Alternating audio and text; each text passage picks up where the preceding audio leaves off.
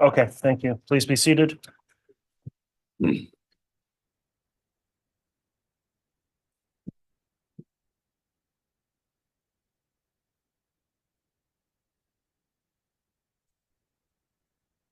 All right, good morning, everyone. We are going back on the record on case CR 22-21-1623, State of Idaho versus Chad Guy Daybell.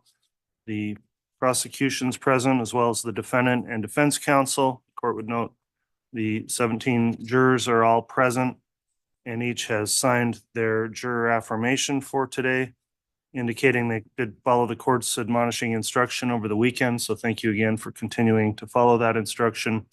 When we left off on Friday, we were having direct examination of Agent Heideman, and I believe we are continuing with that. Is the state ready to proceed with additional direct of the witness? Yes, Your Honor. Thank you. Okay, the witness can return to the stand.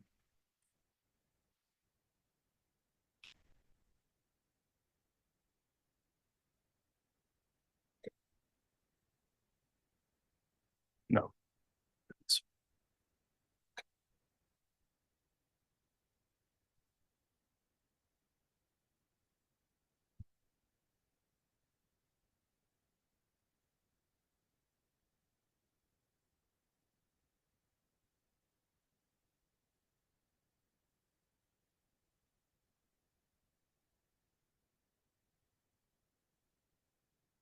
All right, continuing then with direct examination of tactical specialist Heideman. I'll remind the witness you are still under oath for your testimony. I'll just briefly inquire with the court's exclusionary ruling, did you watch any other testimony over the weekend of anyone else that's testified in trial? Okay, thank you for following that instruction. Ms. Blake, if you'd like to continue on direct, you may. Thank you. And Ms. Heideman, just for the benefit of the jury, we were talking about the James and Elena story. Do you recall that? And who was James an alias for? And who was Elena an alias for?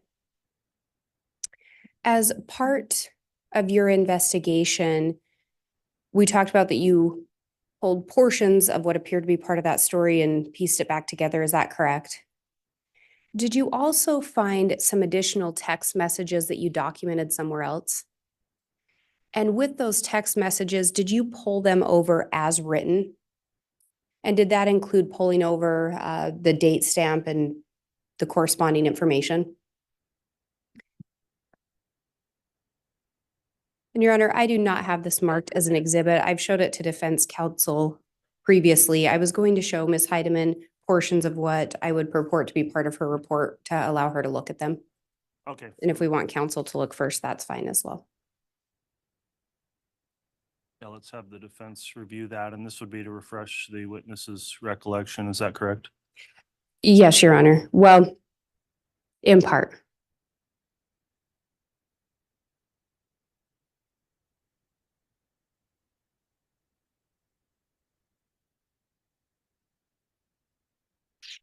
If I may have the witness shown those. Ms. Heideman, do you recognize those 2 pages? Yes, I do.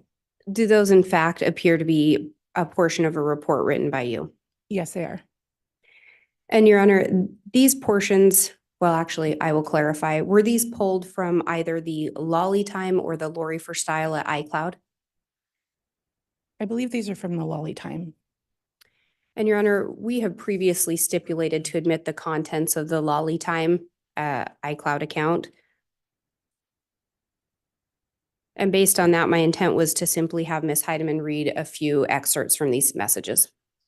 Any objection to proceeding in that manner, Mr. Pryor? No objection, Judge. Okay, the witness may do so. And Ms. Heideman, looking at the first page there, that bottom text, can you indicate the date and time on that text? August 9th, 2019 at 9:29:47 PM UTC -6. And who was the message sent from? It's actually from a 515 number attributed to Chad. And who was it going to? Lori. And can you read just the last two sentences starting with "he kissed"? He kissed her deeply as their breathing slowed. They entwined their bodies and held each other tightly before soon beginning another powerful round of pleasurable bonding. And then if you turn to that next page, can you indicate the date and time that first message was sent? And it's on August 9th, 2019 at 9:36:03 PM in UTC -6 time. And can you tell who it is being sent from and who it is being sent to? This one is from Lori to Chad. And could you read it into the record, including the emojis, please? That is pretty incredible. Fire emoji, fire emoji, fire emoji, fire emoji, fire emoji. The fire is definitely burning. The memories. Heart, heart, heart. I miss you way too much. You have to stop or I might explode. And then can you indicate the date and time on the next message? August 9th, 2019 at 9:38:27 PM UTC -6. And who did the message appear to be sent from and to whom was it going? Again, from Lori to Chad. And could you read the content into the record? The intensity of each encounter in my mind, one greater than the last. Oh my, fire emoji, fire emoji. Especially this last one. I've never loved you more, heart. It just keeps growing. Kiss emoji. And then that next one, if you could indicate the date and time? August 9th, 2019 at 9:39:54 PM and UTC -6 time. And who did it appear to be being sent from and to whom was it going? From Chad to Lori. And could you please read it into the record? I completely agree. We were definitely in new territory in your bedroom. And then the following message? At this one's Date, on, sorry. yeah, it's okay. On August 10th, 2019 at 4:38:08 PM and UTC -6 time. And who did it appear to be going from and who was it being sent to? From Chad to Lori. And can you read it into the record? Elena's magic hand has gripped the storm, and they stare into each other's eyes, barely able to breathe as intense waves wash over them.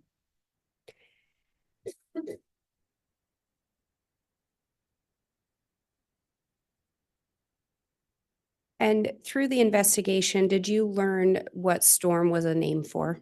It appeared to be a name for Chad's penis. And then the next message there, can you indicate the date and time? August 10th, 2019, 4:38:45 PM in UTC -6 time. And who was it being sent from and to whom? From Lori to Chad. And could you read it into the record? Yes, she did. And did those appear to be a continual text thread? They did. They were chronological. It looks like there was probably a half a day or so difference. And then if you skip down to line 1033, Okay. if you could read the date and time into the record. 33. August 10th, 2019, 4:54:31 PM in UTC -6 time.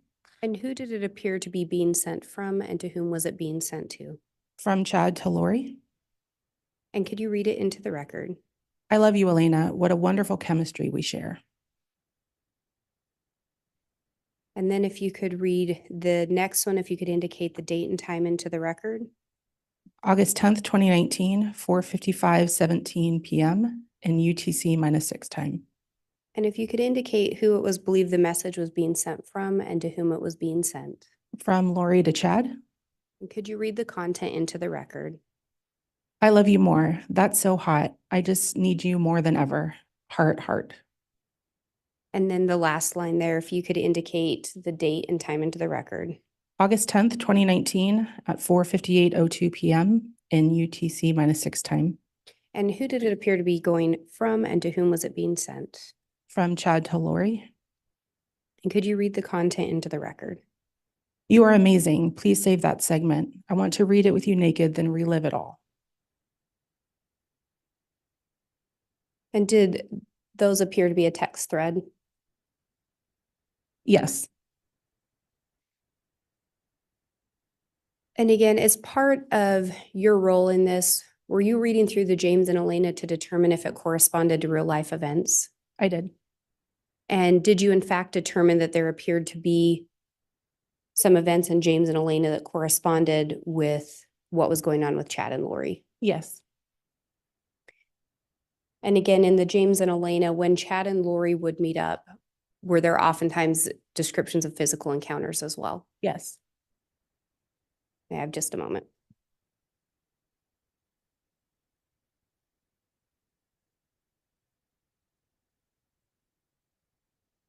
I have no further questions, Your Honor. All right, thank you, Ms. Blake.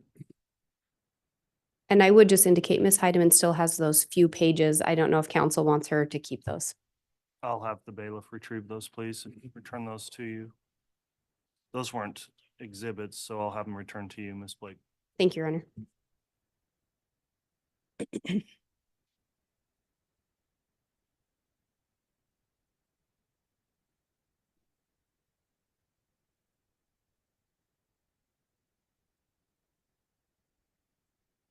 All right, Mr. Pryor, cross-examination once you're ready. Start out early. How can I address you? May I also call you Miss Heideman? Yeah. Thank you. Miss Heideman, as part of the exhibit that the state described as the James and Elena story, were you able to determine whether there were chapter breaks in this story? In the emails that were sent, it appeared there were chapter 1, chapter 2. I forgot how many chapters exactly there were, but in some of them, yes, and others, no.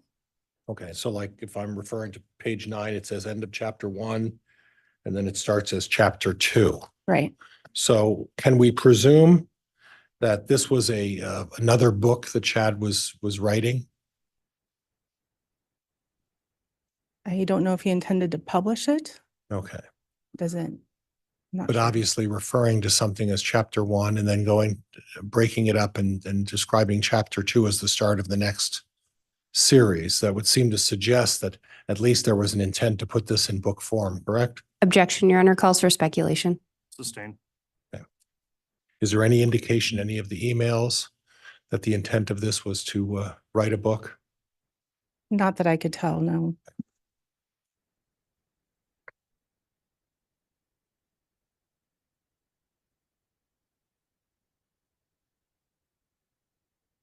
Now, as far as the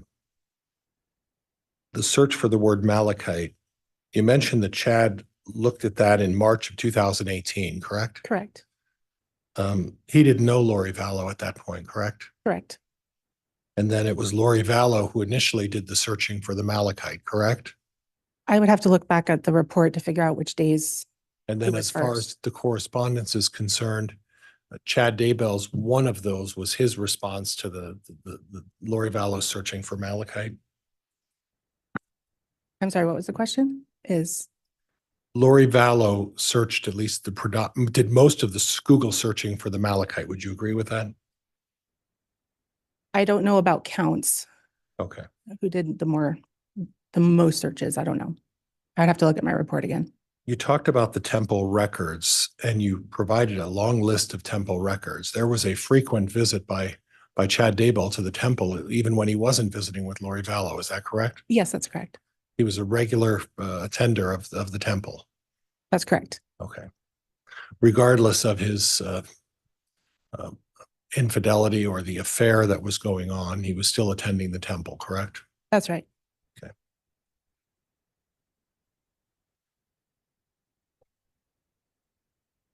Did you come across any information that on one of the visits to the temple, when Lori and Chad were there, that other people had attended at the same time as Lori and Chad? It's possible that other people were there, yes. People who they knew as part of a group. Did you see anything that suggested that? I only had the records for Chad and Lori's cards. You didn't happen to look at Melanie Gibb or anybody else at the same time who possibly could have been there? I did not have their records, no. Okay.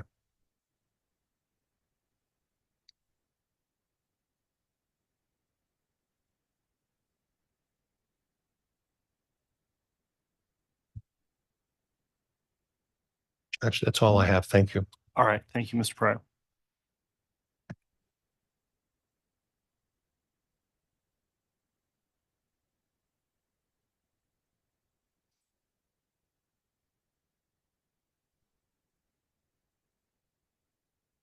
Ms. Heideman, through your review of records, were both Chad and Lori looking for malachite?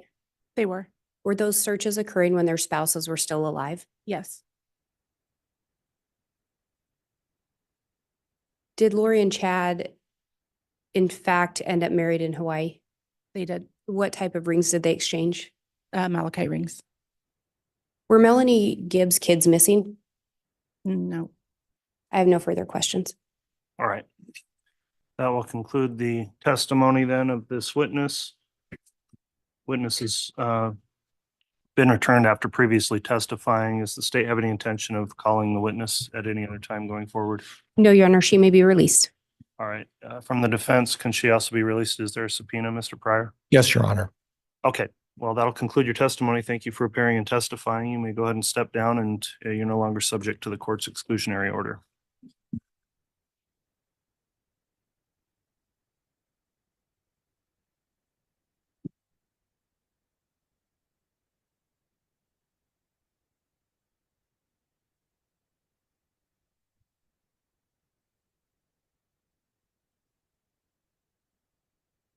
All right, the state can call its next witness. Judge, at this time, the state would call Dr. Angie Christensen. All right.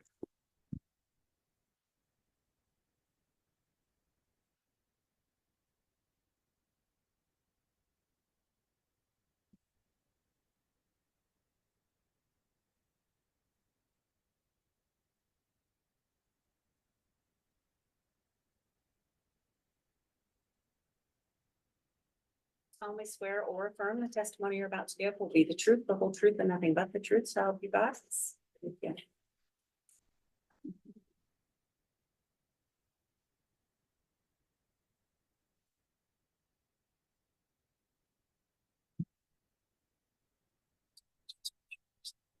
Next, be clear.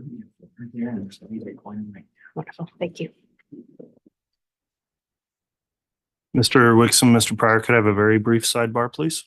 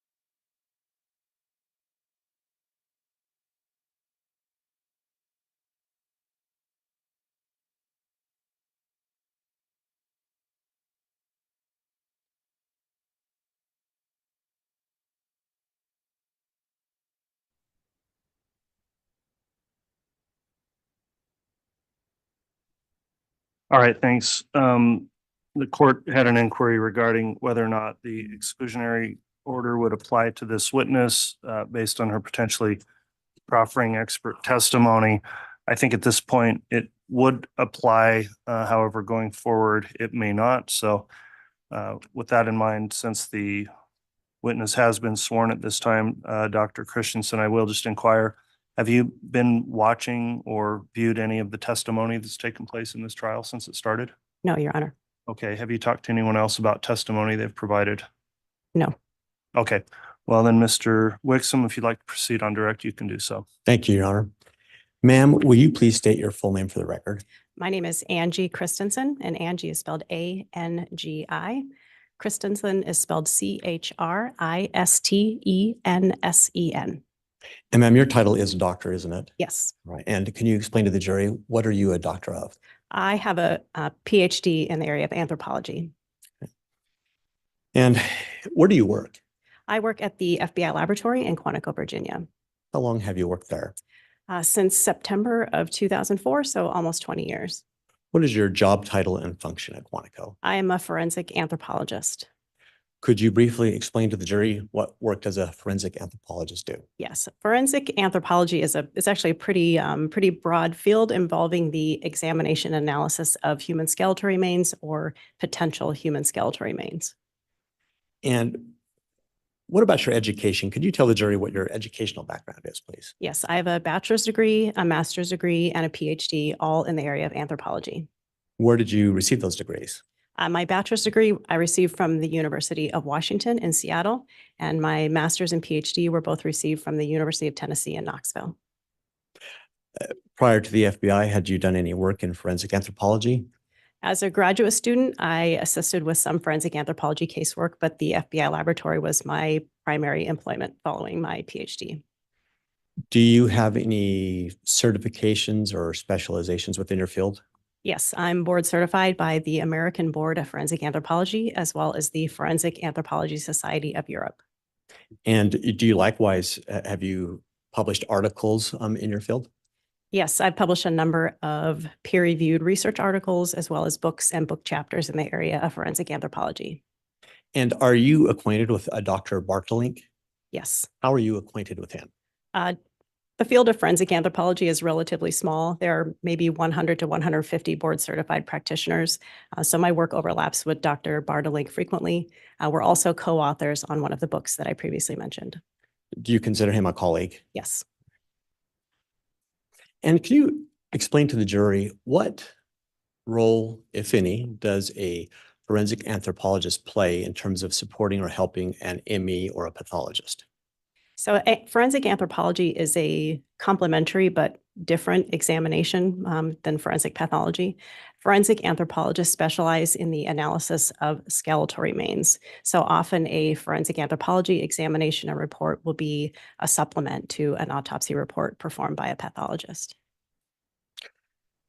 And when you do work as a forensic anthropologist and you review skeletal remains, can you briefly explain to the jury what kind of a process does that involve for you? It depends on the nature of the skeletal remains and what types of questions are being asked. But generally speaking, the skeleton can be analyzed visually, microscopically, using X-rays, by taking measurements. And this is typically done to either aid in the process of identifying to whom the skeletal remains might belong or looking for any evidence of trauma that may have affected the skeleton.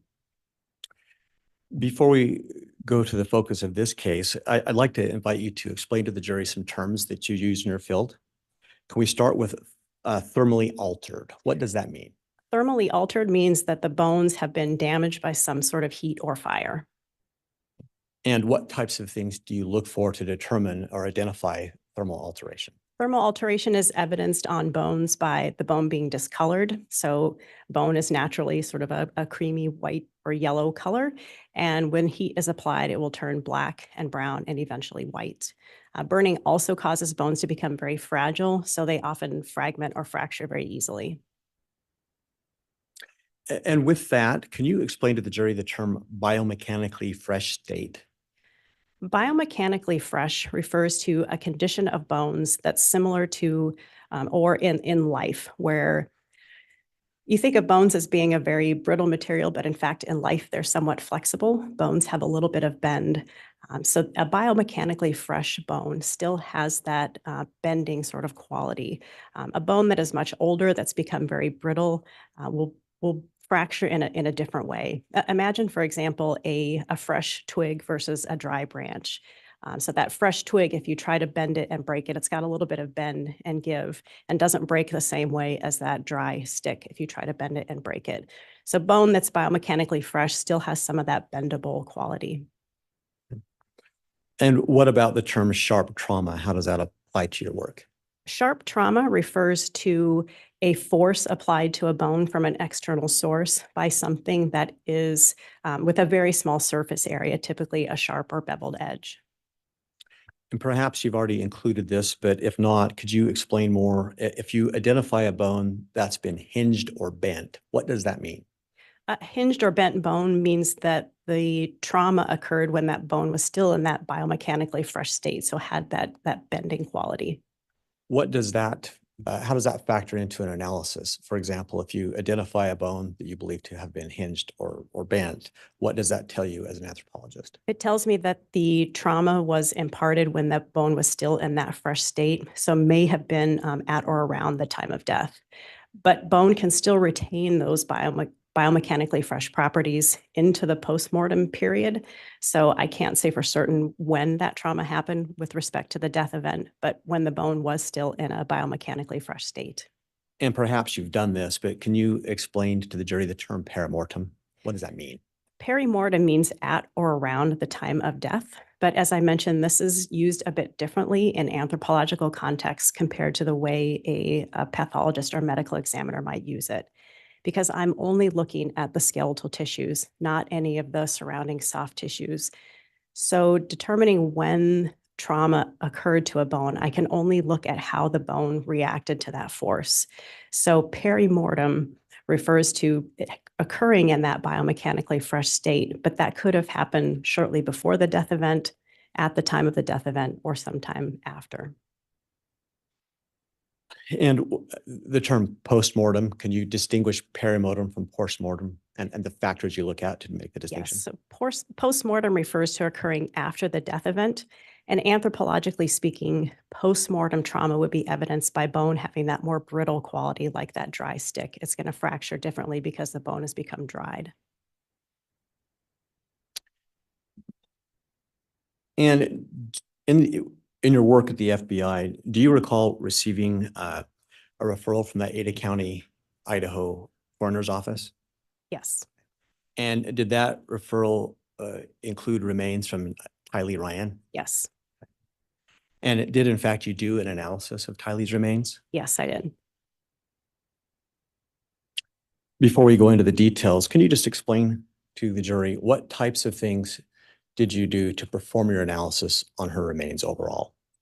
Overall, I examined these remains visually, microscopically, by taking measurements, and by using x-rays.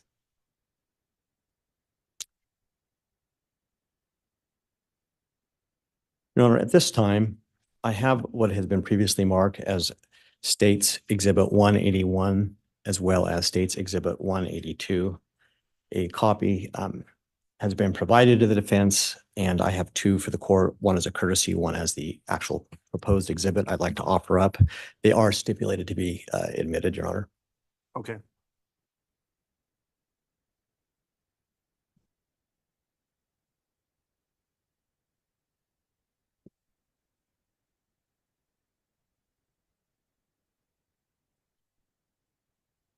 And perhaps I'll clarify, Judge, 181A through I are documented photographs of Tylee's remains, and 182 are just a couple of demonstrative exhibits of a human skeleton, for the record. All right. Not to interrupt things again, Mr. Wixon, but I want a quick sidebar if I could and look at these. Certainly.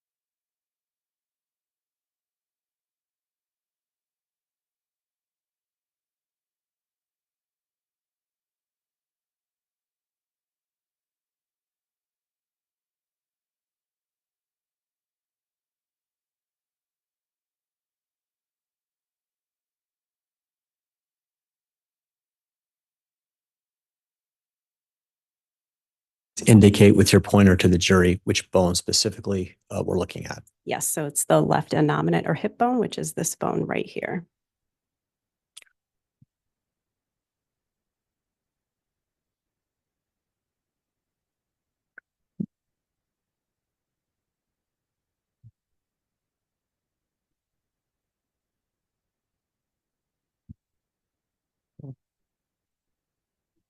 Actually. Ma'am, did you make any type of determination as to what kind of force that may have created these different sharp alterations? At this point, there hasn't been sufficient foundation to support that kind of conclusion. Sustained. Ma'am, when you identify sharp trauma in bones, what different types of trauma can occur? Trauma to bones is typically categorized as one of several general categories of force. Typically either blunt force, which is a force imparted by an object moving at a relatively slow speed with a relatively large surface area. High velocity projectile trauma is a result of force that occurred over a relatively small surface area from something moving at a high rate of speed. Sharp trauma refers to trauma that was imparted to bones by something with a pointed or beveled edge. And thermal, sometimes called trauma, usually called alteration, which we've discussed, results in fracturing and discoloration of the bone. In your analysis of Tylee's remains, were you able to identify what you believe to be either blunt or sharp trauma? I identified numerous sharp traumas. Are either of those depicted in this photograph here? Yes, 5 of them are depicted in this photograph. Could you identify with each 1 through 5 what you believe to be either blunt or sharp trauma? All of them indicated here are sharp trauma. Okay, thank you.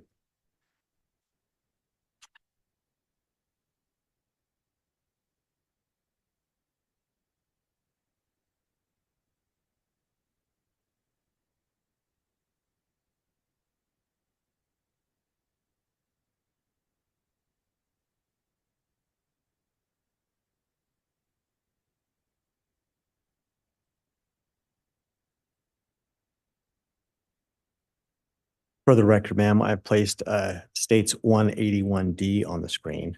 Can you explain to the jury what did you document in that photo? These are not photos, but these are images of a CT scan of the same bone that was shown in the previous photographs. And a CT scan is simply a bunch of X-rays that are stacked together to make a 3-dimensional image. So in this case, what I was looking at during my examination was a 3-dimensional file that I can rotate and manipulate. And what you're seeing here are 2-dimensional screen captures of that 3D file. Okay. And can you indicate exactly what it was you were documenting in the photo? In CT scan, sorry. Yes, in this CT scan, again, I'm documenting the condition of the remains during my examination, including the assessment of the sharp traumas. And could you explain some of the marks that we see with your laser pointer? I don't have them annotated here as I did with on the numbering as in the photographs, but some of those sharp traumas can be seen, for example, here, here, here, one here, and here. And is this the left or the right side of the bone, the pelvic bone? This is the left side. Anything else that you believe this documents? No.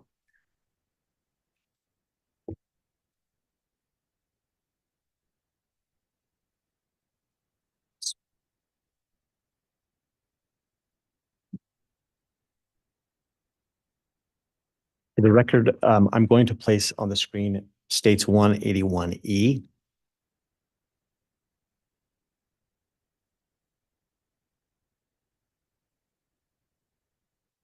Could you explain to the jury what that photograph documents? These photographs document detail or close-up views of the same sharp traumas depicted in the previous 2 images. So in this case, I do have them annotated so that they can be correlated to the overall picture of the bone. It also documents in these close-up views some of that bending or hinging of the bone that tells me it occurred when the bone was in that biomechanically fresh state. So when you indicate that these photos illustrate that it was the bone was in a biomechanically fresh state. Is it correct that you still can't be certain whether it was post-mortem versus perimortem? Is that correct? Yes, so we classify that as perimortem trauma, being in a biomechanically fresh state, but I can't say for certain that that didn't occur sometime after the death event when the body was still biomechanically fresh. So it is consistent with both perimortem and postmortem. Is that correct? Yes.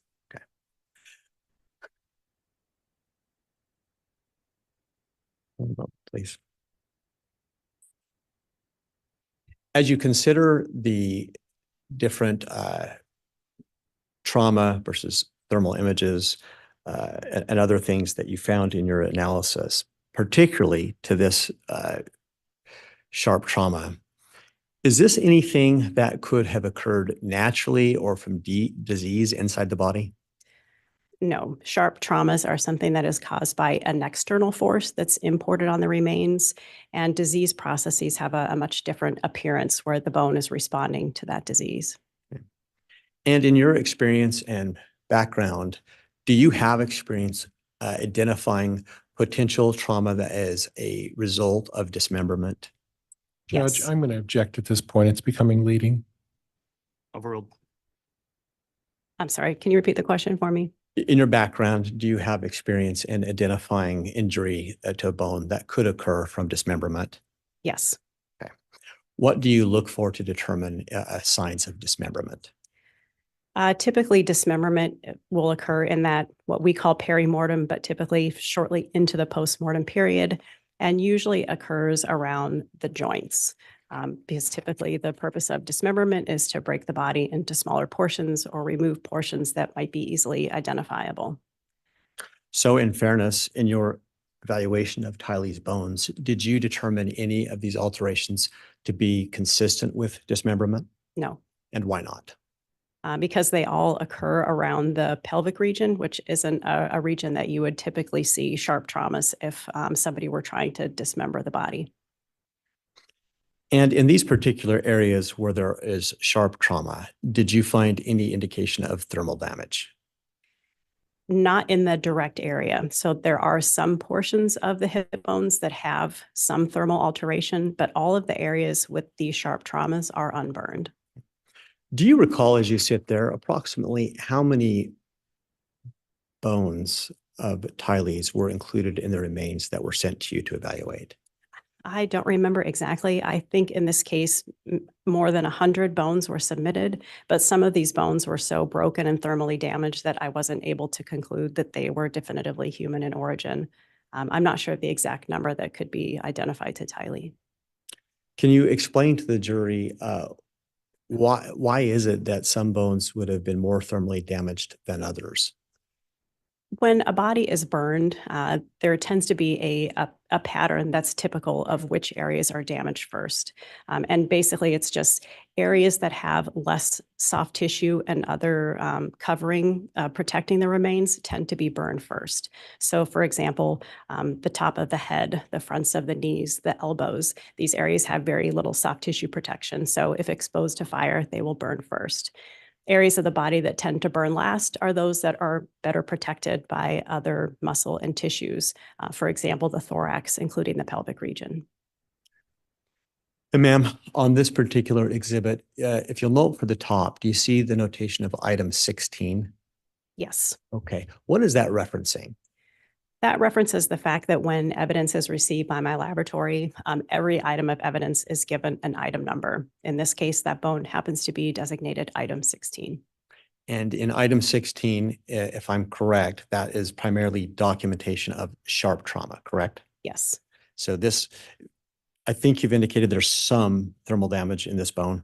Yes, I believe there was some thermal alteration to the top part of the hip bone. Thank you.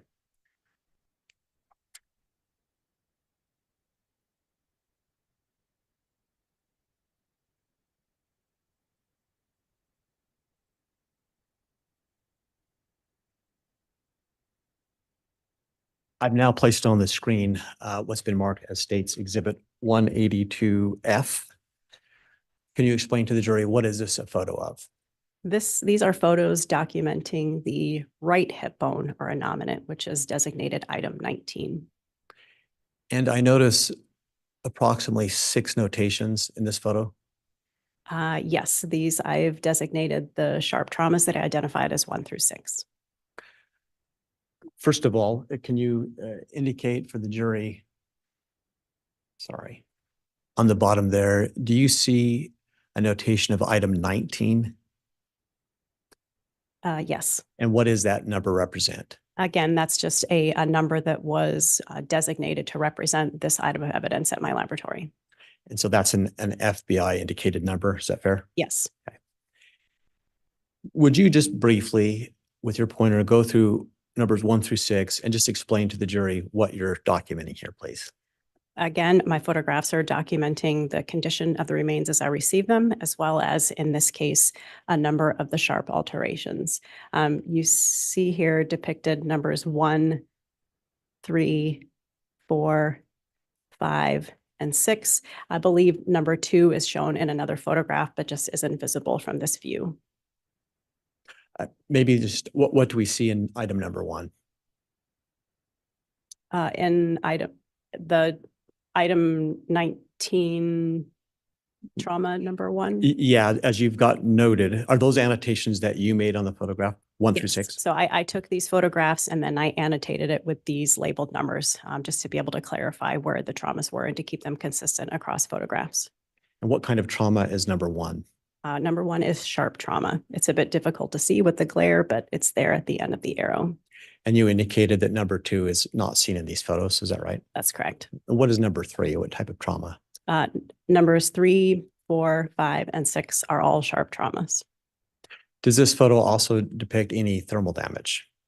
Yes, I think it's a bit difficult to see in this picture, but the innominates had some discoloration consistent with exposure to fire or heat on the top of the hip bone. And I don't recall if you said or if I asked, but which particular bone is this in the body? This is the right innominate or hip bone. And again, going to 182A, will you just point that out for the jury, please? Yes, so that's this bone right here, the right side of the hip. And is that the front side of the hip or the back side? This picture is depicting the front of the body. Let me ask a better question. Is your photo a depiction of the front or the back? Neither. This one is basically from the inside or the medial side, and this one from the lateral or the outside. Okay, thanks.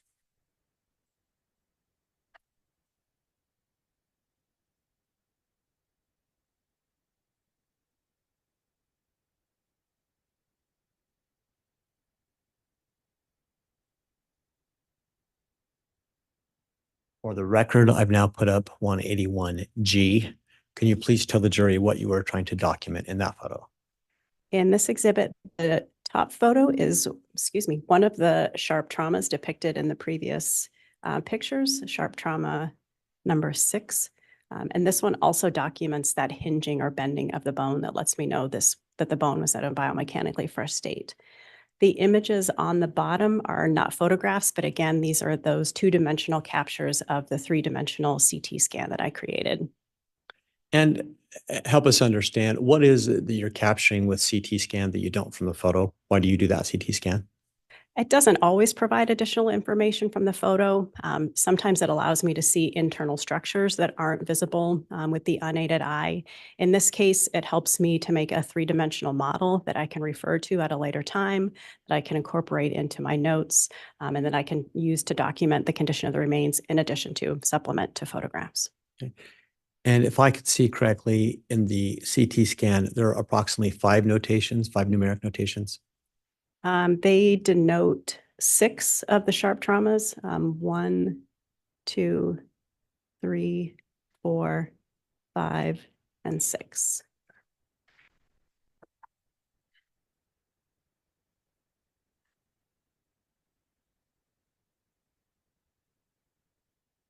For the record, I'm placing up. Actually, let me go back. I'm sorry. On 181G that we just had up, I just put back up there. What is the internal FBI item number on the bottom? That is item number 19.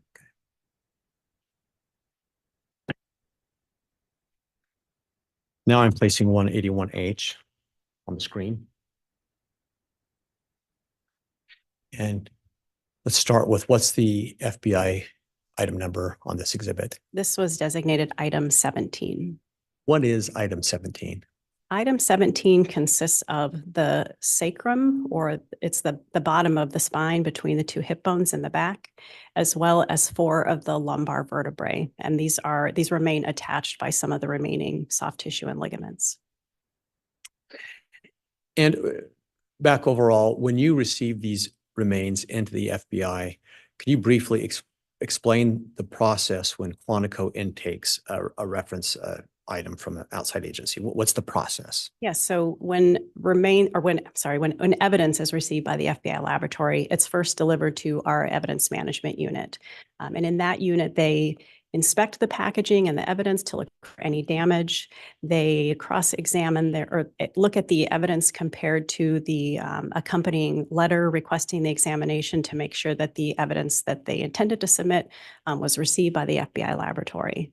The evidence management unit then creates what's called an examination plan. So they determine which units in the laboratory, which disciplines might examine that evidence and in what order. So for example, does it need a DNA examination, fingerprint examination, or anthropology?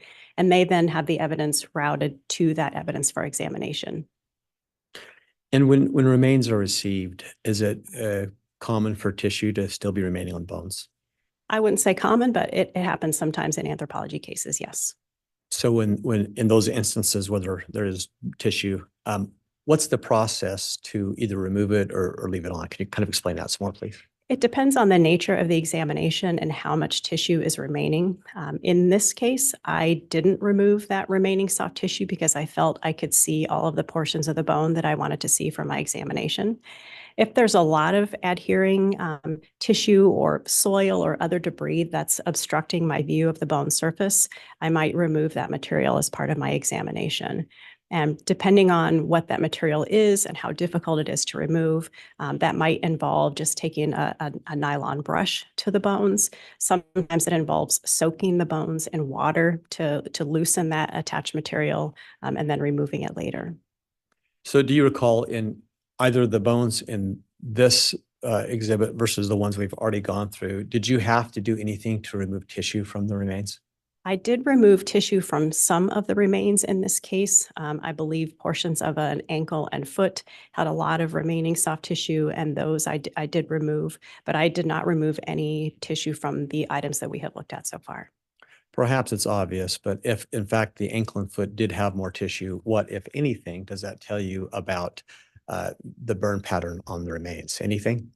I don't recall whether I saw any burning on those parts at this time.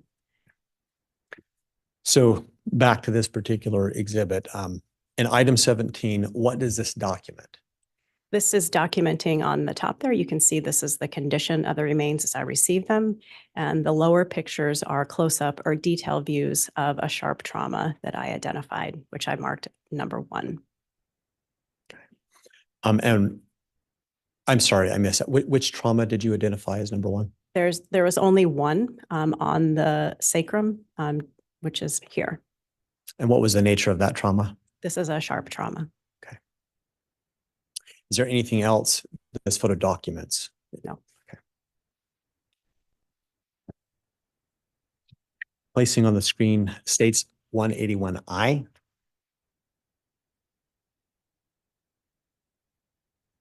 Can we start by indicating on the bottom, what item number is that? This is item number 17, so the same item that was depicted in the previous slide. Okay. And what is this, an X-ray, a CT scan? This is an X-ray, so not the 3-dimensional CT scan with X-rays stacked together, just 3 X-rays from different views. Why in this instance did you use an X-ray instead of a CT scan as opposed to with some of the other exhibits? In this case, I'd only identified visually the one sharp trauma. So in this case, I was just using the X-rays to see if there were any foreign materials or other traumas that I hadn't seen with the naked eye. Did you identify anything like that? I found nothing in addition to the one sharp trauma that I had already identified visually. So is there anything else that this documents at all? No.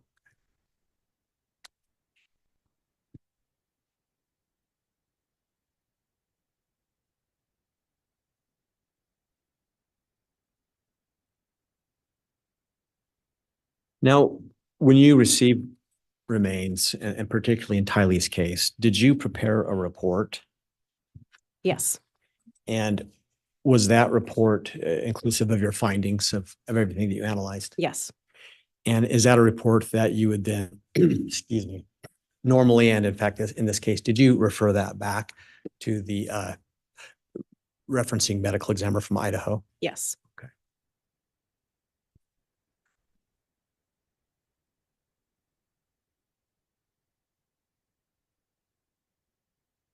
May I have just a moment, please, Judge? You may.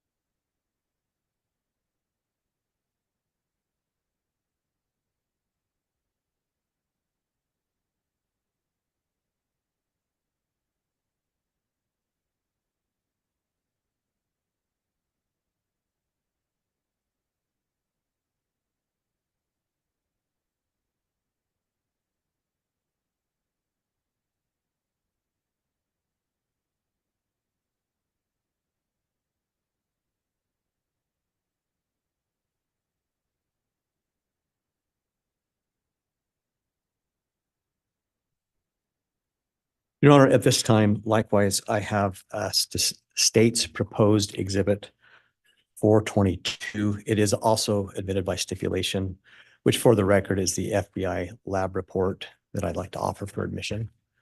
I've got courtesy for the court, the proposed exhibit, and then a copy for the defense.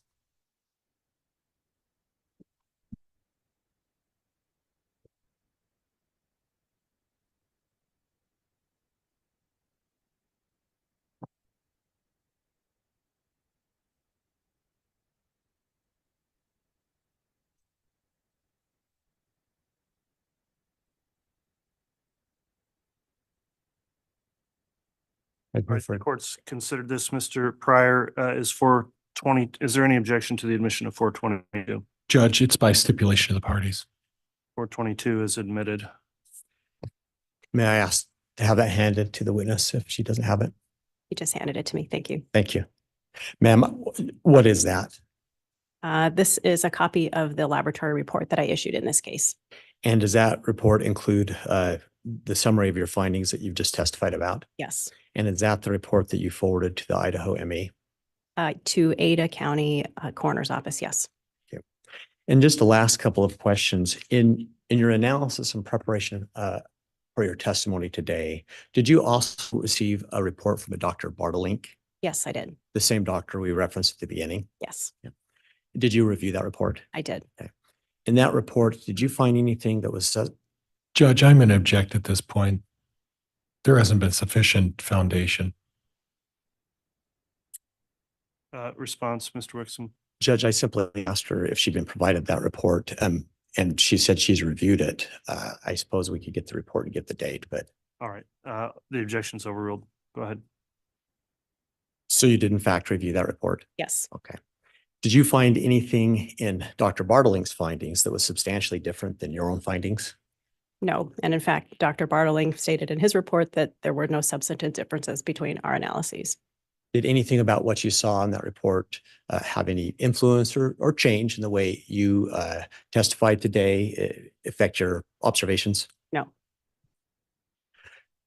Your Honor, at this time, I have no further questions. All right, thank you, Mr. Wixom.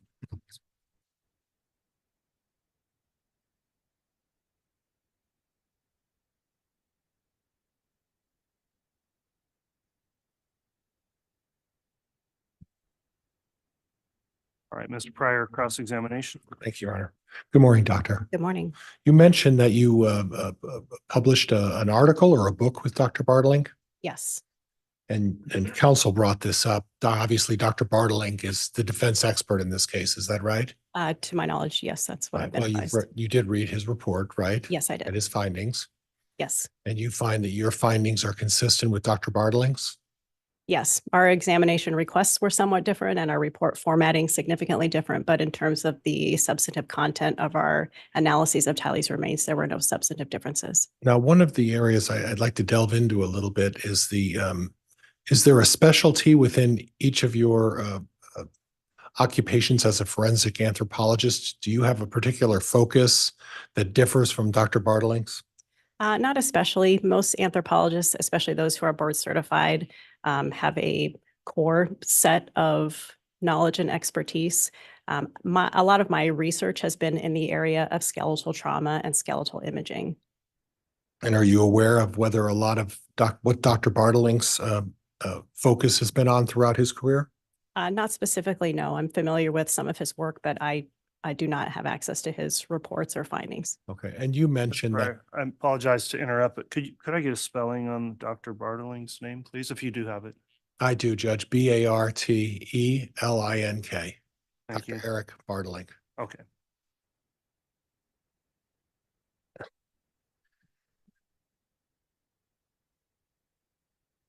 And to your knowledge, Dr. Bartling has all of the accreditation and all the certifications consistent with what you have as well. Is that right? I am aware that he is also certified by the American Board of Forensic Anthropology. Yes, And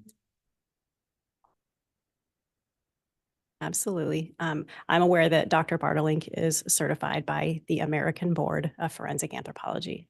this is not a large group of folks that focus in this particular area, is there? It's a relatively specialized area. Yes. And would it be fair to say that you know most of the folks within your specialty and have either interacted with them or consulted with them or worked with them? Yes. Many or most. Yes. And again, Dr. Bartling is one of those which is qualified within your specialty. Would you agree with that? Yes. Okay. Now you mentioned the postmortem carnivore marks. Yes. Can you tell me where those marks, when those marks were put on the body? Typically, carnivore scavenging is a postmortem activity. Okay. And when you say carnivore, we're not limited to wild or domestic, are we? We don't know what kind of animal may have done this, correct? No, carnivore refers to a meat-eating mammal, and there are a wide variety of them that would scavenge human remains. And we don't know exactly where the remains were at the time these carnivore marks were placed upon the skeletal remains. Is that right? No, I do not. Yeah.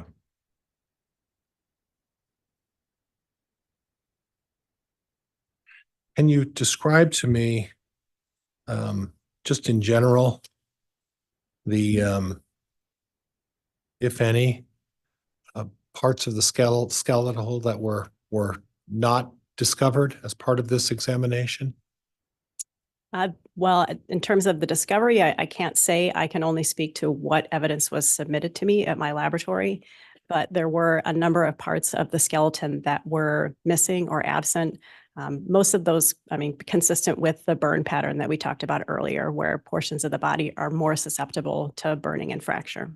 But you can say that those skeletal remains are missing as a result of the burning. They could be missing for a variety of reasons, correct? I don't know why they're missing. That's correct. Okay.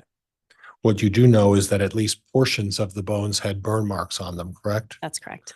And again, there were also portions of the body where there were no burn marks. Is that correct? That's correct. Okay. And when you talk about the trauma that was inflicted on the body, you don't know when that was done, correct? I can tell that it occurred when the bone was in a biomechanically fresh state, but precisely when that happened relative to the death event, no, I cannot. Okay. Judge, I have nothing else. Thank you. All right. Thank you, Mr. Pryor. Any redirect, Mr. Wixom? Very briefly, Judge. Very well.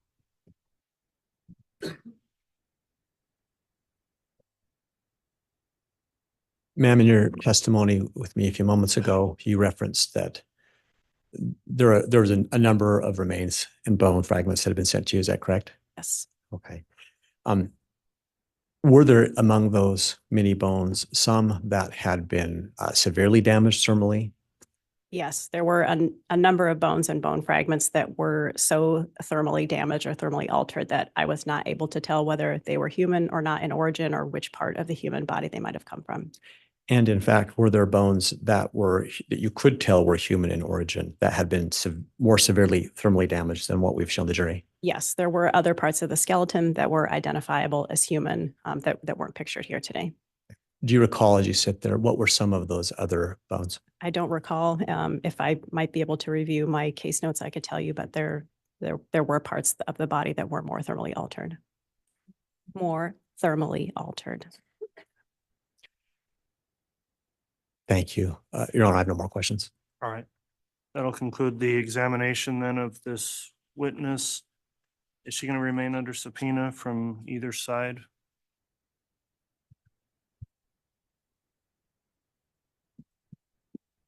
Judge, at this point, I think we would want to keep her on subpoena. She's not a likely recall, but we would have her stay on subpoena.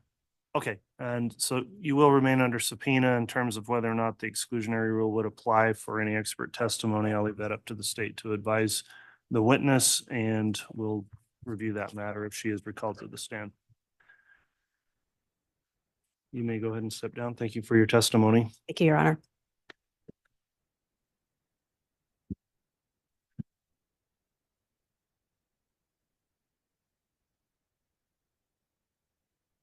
Let me ask, is the state requesting to start with another witness at this point, or perhaps take the mid-morning recess a bit earlier than usual now that there's a break right now? And Your Honor, our next witness is probably going to be pretty quick. I'll defer to the court on whether or not the court would like us to get that done or take the break now. Any requests from the jurors now or later? Doesn't matter. Now? No. I didn't get a good read, but I don't know. You say it'll be a quick witness?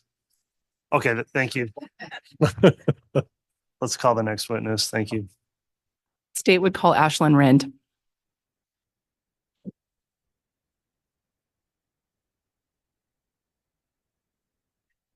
Your Honor, I'm being told that this witness stepped out to use the restroom. And I apologize. Sorry. Well, let's go ahead and take the mid-morning recess with that then. Thank you, everyone. All right, please.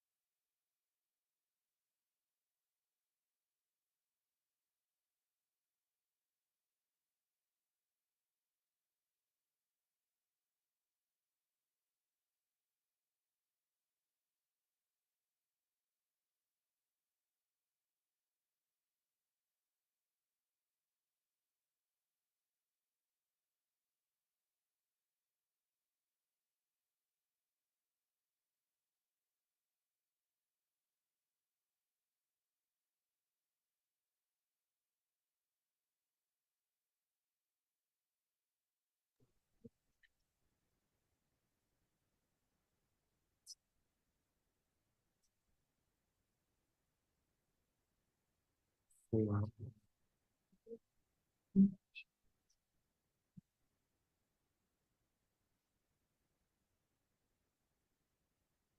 right, please. Or do that profession.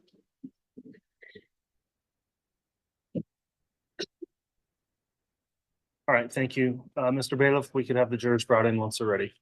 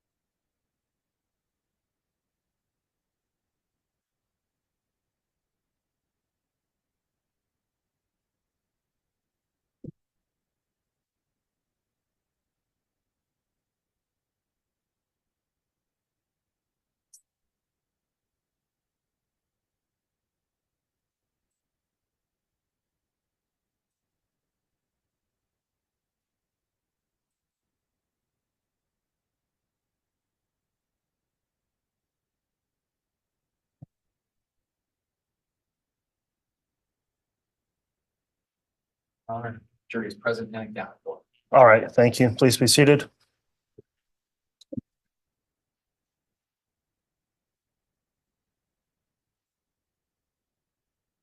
All right, the state can call its next witness. We're back on the record. I'll mention CR 2221-1623, State of Idaho versus Chad Guy Daybell just concluded our mid-morning recess. And if the state has another witness, we can call them. State would call Ashlin Ren, Your Honor. Very well.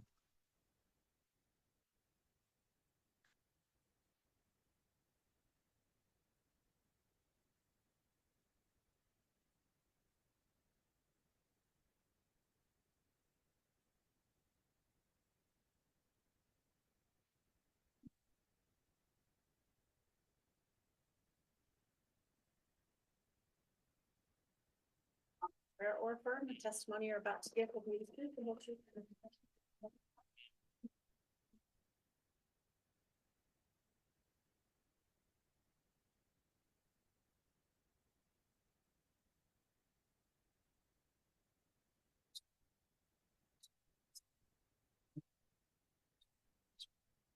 the truth. Okay.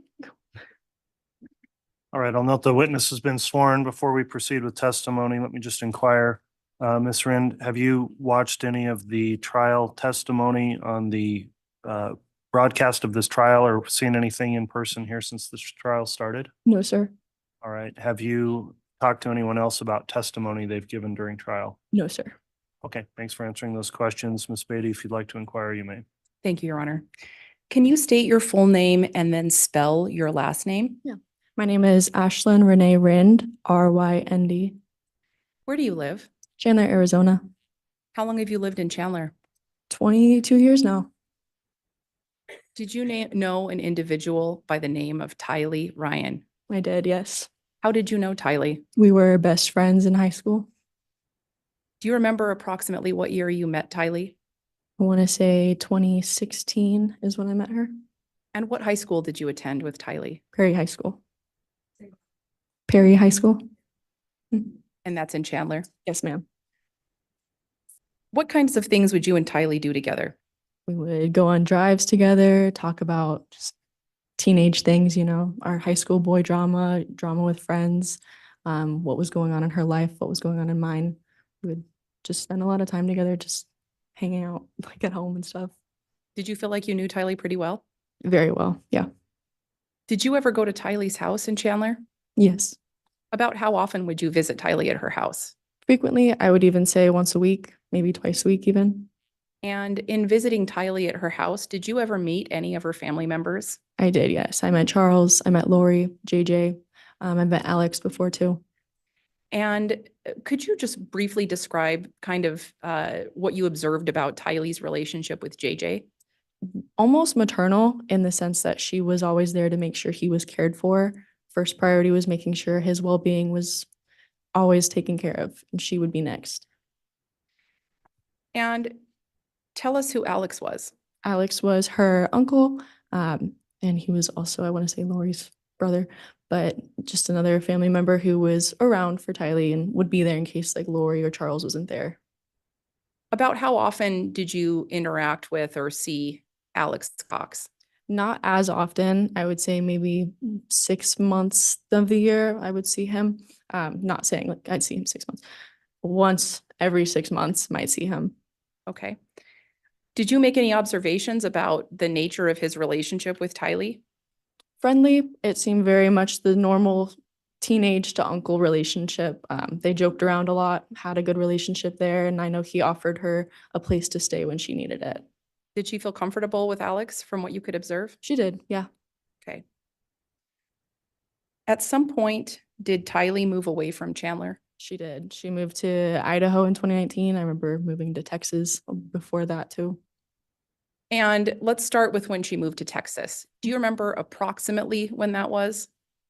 In 2017 or 2018 during my junior year of high school. And just to be clear for the jury, when she moved to Texas, did she come back to Chandler at some point? She did, yes. She came back for a short period of time. And then I want to say maybe 6 months later, it was, we're going to go to Idaho. So while she was in Texas, did you stay in contact with her? Yes, yeah. And when she returned to Chandler, did you continue to spend time with her? Yeah, the second she got home. Mhm. Do you remember approximately when Tylee moved to Idaho?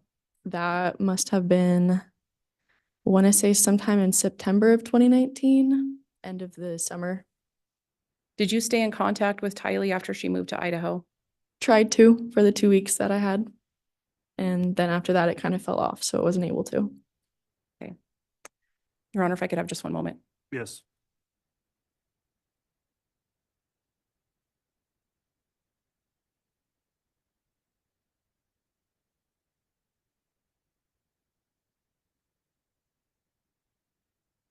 And I have no further questions for this witness. All right, thank you.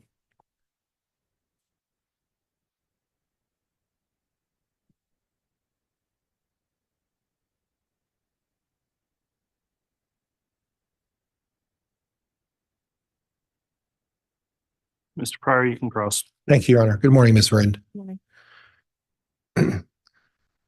Ms. Rind, you mentioned that Alex was around. You maybe saw him every 6 months or so. Every so often, I say that roughly as an estimate. He was a truck driver, so with his work and with my schooling, I wasn't able to always see him. So the opportunity to observe him is when he was in town occasionally, and you saw, would you say it was a handful of times that you saw Alex interact with Tylee? Essentially, yeah, I would. Less than 6 times? In my experience, yeah, maybe more than that, just because she was living with him. So I would see them interact when he was home at that point. Okay. Now you described, and you recall getting interviewed by Officer Wright from the FBI. Do you recall that? I don't recall the name, but I do recall being interviewed by a couple Okay. of agents. And you talked a little bit about the close relationship that Tylee had with JJ. Mhm. And in that interview, you described that it was, and you said it again today, that it was a very maternal relationship. Mhm. And that the two of them were very close. And you were aware of JJ's special needs, correct? Mhm. And would it be fair to say that JJ relied on Tylee for a lot of his basic needs? I would say he wasn't relying on her, but she was there for him. I don't think JJ really was like, this is who I rely on. He was going for anybody who was going to provide for him. But Tylee would always be the one to show up. Okay. And she was a strong support system in his life. Yes. And should she be gone, he would notice that. I mean, he depended on the regularity of seeing Tylee as part of his support Your system. Honor, I think I would object. We're calling for speculation on the part of JJ at this point. Sustained. Needless to say, as part of his support system, what you observed, he relied on her as part of the support system in his life. Would you agree with that? I would agree with that. Okay, Judge, I have nothing else. Thank you. All right, thank you. And Your Honor, I have no redirect, and this witness is excused from her subpoena. All right, is she under any subpoena from the defense? She is not, Judge. She's excused. Okay, thank you for appearing and providing testimony today. You can be excused. Thank you. You're welcome.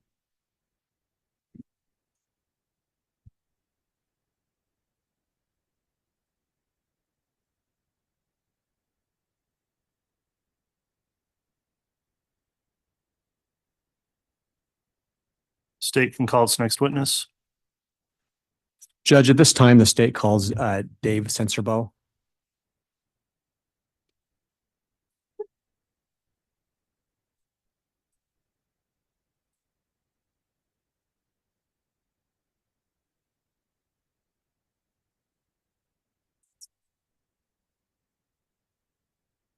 I swear or affirm the testimony you're about to give will be the truth, the whole truth, and nothing but the truth.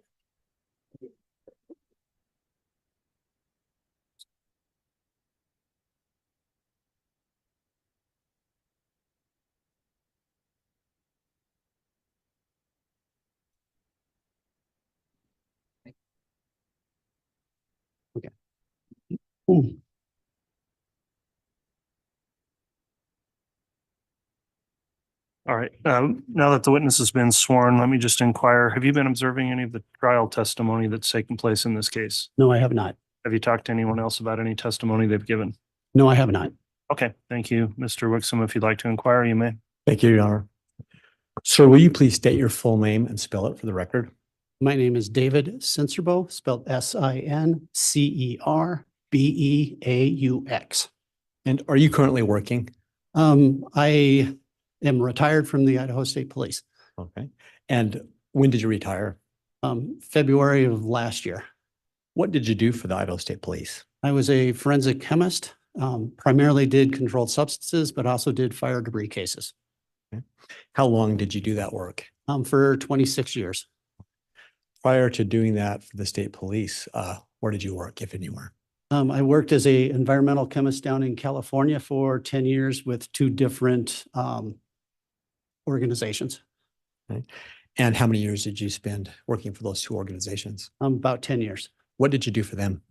For the exception of what I was analyzing for, I was basically analyzing for gasoline and some pesticides. And can you, let's go back to your work for the Idaho State Police. What types of cases did you become involved with where you would analyze accelerants? Suspected arson cases is the simplest thing. Could you just describe a typical case that would come in for that kind of analysis and what you would do to analyze? Typically, the evidence would come in a friction lid can, basically a paint can. It could come in a couple different ways. Occasionally we would, but primarily would be in these cans. They would come in, they would contain, lack of a better word, fire debris, basically burnt stuff. Sometimes soil, sometimes building materials, just kind of a variety, sometimes clothing. And then we would do our analysis on it and determine whether or not it contained a ignitable liquid. What would the analysis process be in that situation? What we would do is once we received the can, basically the analyst, we would look at it, check to make sure it was in a sealed condition. We would open it up, make a quick observation of what was actually in the inside. We would check to see if there was any significant odor of a ignitable liquid, basically gasoline, paint thinner, something like that. We would then put into the can a charcoal strip and basically suspend that up above the material. Reseal the can, make sure that it's all sealed tight. We would put it in the oven for about 4 hours at roughly 70 degrees centigrade. Heat it up for that 4 hours. Once it was done, we'd take it out, let it cool down to room temperature. We would then reopen that can, take out the charcoal strip, put it in a little vial, add some solvent to it, and then we would run that solvent on an instrument called a GCMS. And the GCMS would tell us primarily whether or not there was a ignitable liquid in it. Ignitable liquid. And then from there, we would compare that to a known standard, and that's how we would make our identification. Could you briefly explain to the jury how the GCMS works? Sure. The GCMS is a two-part instrument. The first part's a GC. It's called a gas chromatograph. And what it is a temperature-controlled oven that has a special column on the inside of it. The solvent that contains our unknown will basically be volatilized, the gas has been sent through that column, and that column will separate out organic molecules primarily by molecular weight, i.e. the small lightweight ones go through faster, the heavier ones take more time. Once the separation has been done, it goes to the mass spectrometer, which is the MS, and that will basically, as the compounds come out, it bombards it with a set of electrons. The electrons will then blow that compound apart. It collects then all of the fragments. The fragments are indicative of what the compound was. And what we do, if we were actually to identify a specific compound, is we take the retention time, how long it took to come out of the column, and what its fragmentation pattern looked like. For fire debris, we don't do that very often. We tend to look at the overall pattern, and then we look at classes of compounds that are petroleum-based. So basically, and that's what our ignitable liquids can be. Thank you. And I believe I overlooked asking, but explain to the jury your educational background. Sure. I have a bachelor's of science degree in chemistry. I've been an analytical chemist since 1985. If you reflect back over the years of your work for either the state police or your prior employers, approximately how many cases do you think you've been involved with where you've had to try to identify from fire debris what the accelerant was? Cases probably between 50 and 100, probably closer to the 50 end. And do you recall working on a case involving Tylee Ryan? Yes, I do. Is that something that came in 2020 to your agency? Yes, it did. And what was referred to you in that case? There was a friction lid can that came in. Okay. And do you remember who the referring agency was? I do not off the top of my head. Do you recall if it was law enforcement? Yes, it was. Do you recall what you were being asked to evaluate from the referring agency? They had a request for looking for the presence of an ignitable liquid. Okay. What did they specifically send you that they asked you to evaluate? What was on the inside of the can? Yes, sir. The inside of the can contains some decomposing flesh and some basically debris. There's some other like dirt and sticks and stuff like that. Okay. And what, in fact, did you do with the material they sent you? Like I talked about, I identified kind of what it looked like. I then put it in a charcoal strip, put it in the oven for 4 hours, and then took out the strip, analyzed it with my GCMS, and came up with a conclusion. Did you determine what things were inside of the can specifically? Yes, I did. What was that? It contained gasoline, and it also contained what appeared to be some compounds that are indicative of decomposing flesh. So the material inside of the can had decomposing flesh? Yes, it did. And you determined through your analysis that it also had gasoline? That is correct. Do you recall if there was anything else in the container that you received in addition to the flesh? There was some debris and some soil. So when you did your analysis, was it possible or is it possible to determine where the gas vapor was coming from the debris versus the flesh? No, there's not. It's just there was gasoline in that can.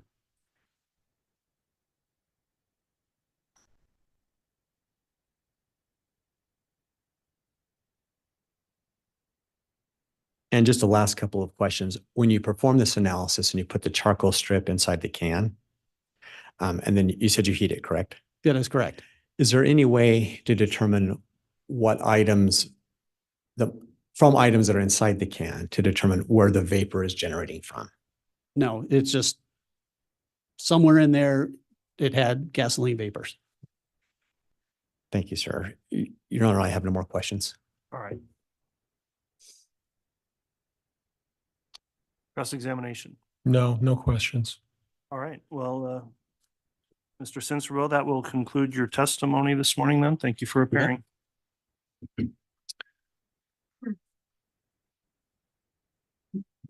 Judge,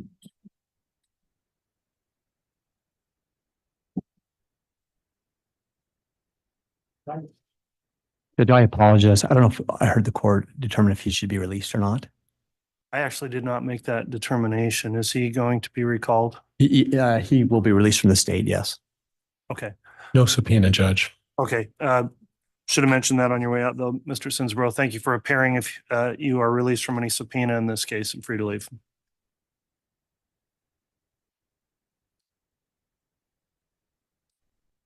All right, the state can call its next witness. The state would call Detective Chuck Considus. Very well.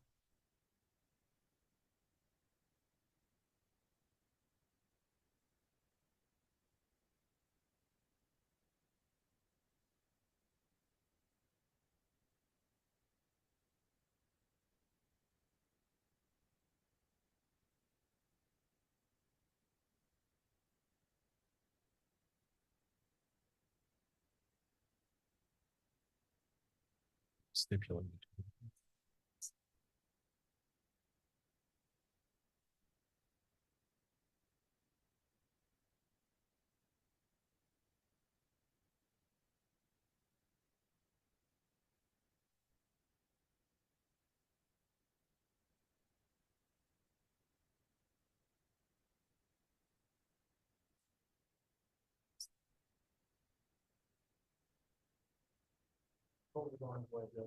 Okay.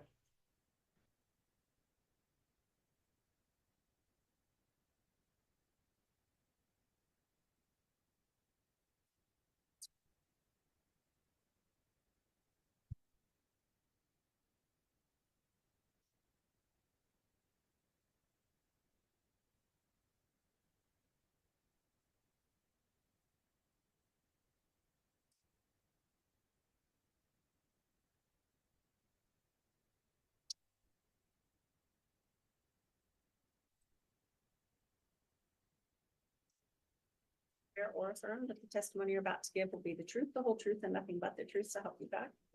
Thank you.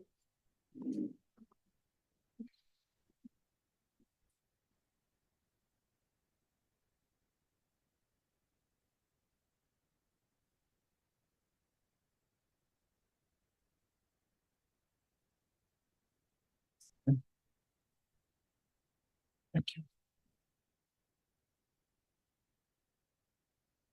All right, Detective Considus testified previously, has been placed under oath again for testimony today. I'll just inquire, have you been observing any of the trial testimony since you were here last? No. Have you talked to anyone else about any testimony they've given? No. All right, thank you for answering those questions. Mr. Wood, if you'd like to inquire on direct, you may. Thank you. Good morning, Detective. Morning. You've already testified, but just for a bit of background again, were you involved? Where do you work? I'm a detective with the Rexburg Police Department, And how long have you been there? almost 24 years. Were you involved with the investigation regarding the finding Tylee Ryan and JJ Vallow? Yes, And correct me if I'm wrong, I believe you testified earlier that you were at Chad Daybell's residence on June 9th and 10th of 2020, correct? yes. As part of your investigation, did you ever review any type of satellite imagery of Chad Daybell's property? Yes. How did that come about that you did that? Well, in late July, as the case transitioned into a homicide case from the welfare check to the missing children of JJ and Tylee, If I can interrupt you, I'm really sorry. July of what year? 2020. Okay. We continue to monitor social media, always looking for information that could be generated to, help us with the case. And in doing so, there was an image of a satellite photo of Mr. Daybell's property. And I followed up on that image that was presented on the social media. And what did you learn from following up on that? Well, I learned that after reviewing the the story, I reached out to Apollo Mapping, which was the company that generated the satellite photo, and explained to them who I was, what we were doing, and if they could assist me in obtaining that particular satellite photo and any others that may help us with this investigation.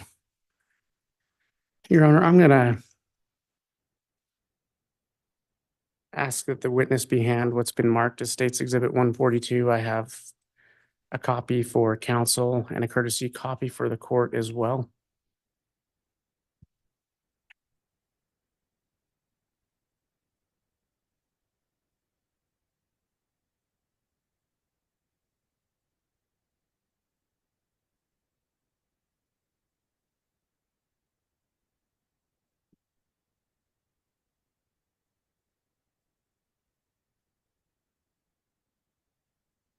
Your Honor, I would note that this is a business records affidavit from Apollo Mapping, and as such, I believe that this Exhibit 142 and its subparts comes in by way of stipulation.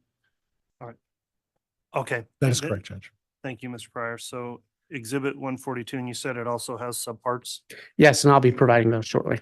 All right, Exhibit 142 at this time is admitted.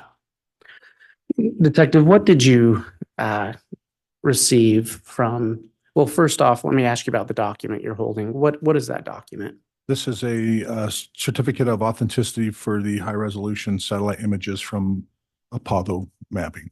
All right, and did that certificate provide any of the data regarding the images that were provided to you? Yes, for the four photos that we obtained. What were the dates on the 4 photos that were sent to you? So the first photo was for August 27th of 2020. And that was for an image that was captured at 18:33 hours, military time, 24-hour universal time, UTC. And Detective, I'm sorry to interrupt. If you can look at paragraph 1, and about the 3rd line down, it says the specific date. Could you read that date? Okay. 8/27 of 2019. Okay. And then what is in that image? It's a digital image, high resolution image of the Chad Daybell property from a company, satellite owned by French Guiana at And- 18:33 hours. All right, and you said 18:33 hours? Yeah, universal coordinated time. So when adjusted to Mountain Standard Time, that would be 12:33 in the afternoon. And what's located on the second image? The second image is also from the same satellite company of a high resolution of a digital image of Chad Daybell's property. And the third image? Is on September 9th of 2019. The high resolution image was taken at 12:32 in the afternoon. Is there any reason why that date was important to you in your investigation? Yes, on September 9th, that date is pertinent to our information because that's the date that the investigation, we believe that we believe Tylee was buried on Mr. Daybell's property during this time. And then the last image? Was taken on October 25th of 2019 at 12:42 in the afternoon. Your Honor, I'm going to ask that the witness be handed what's been marked as State's Exhibit 142A, just for identification purposes. And I do have a copy for court and counsel as well. I believe this is already admitted.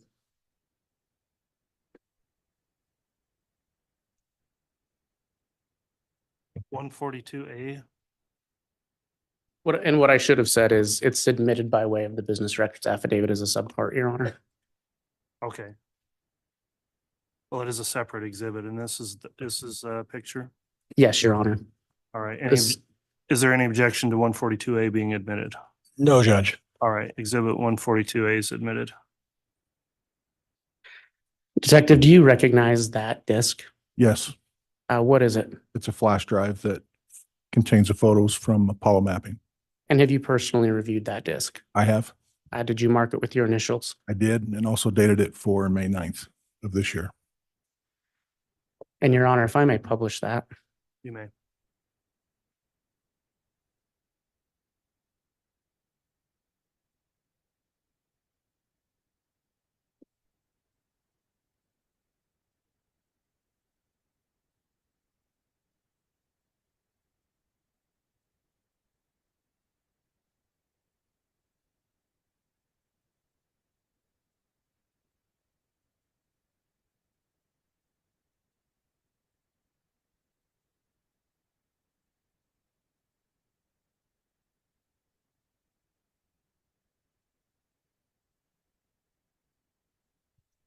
Detective, do you recognize this image?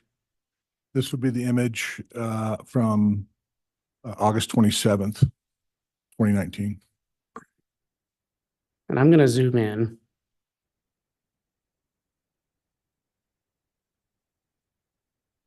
Do you recognize this property? Yes, this is the property of Chad Daybell, located at 202 North 1900 East. in And Fremont- again, Fremont County. what date was this picture taken? August 27th, I believe.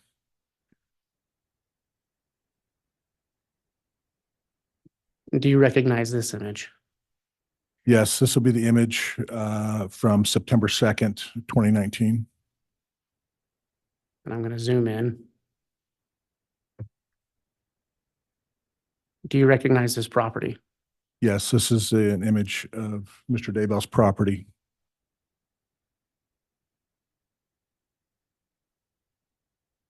Do you recognize this image? Yes, this will be the image from September 9th, 2019. I'm going to zoom in. Detective Consitus, was there anything on this image that drew your attention? Yes, if you, Do you- is it the pointer? Yes, please. Okay. When looking at the screen, to orient yourself with Mr. Daybell's property, the main house is here on the left-hand side. This is the outbuilding, the garage, and then directly straight out from that, you see that little discoloration, and that is in the immediate area where we discovered Tylee. Can you point to the discoloration you're talking about? Right there. Were you able to see that same discoloration on the previous two photos? No, they're not visible. Detective Consitus, on the days of June 9th and 10th, did you personally aid in removing Tylee Ryan's remains from Chad Daybell's property?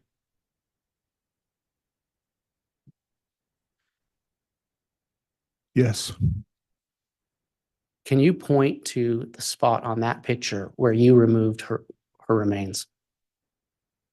we were in this area right here of this discoloration.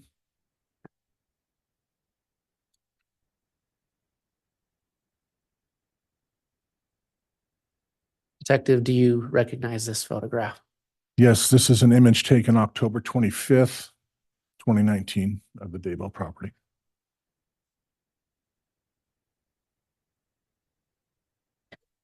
Is this the same property? It is.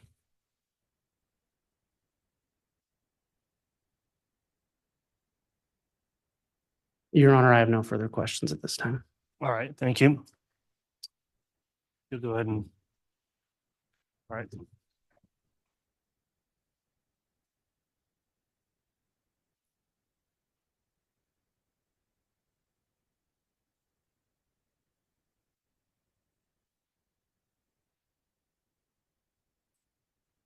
Cross-examination. Yes, Judge.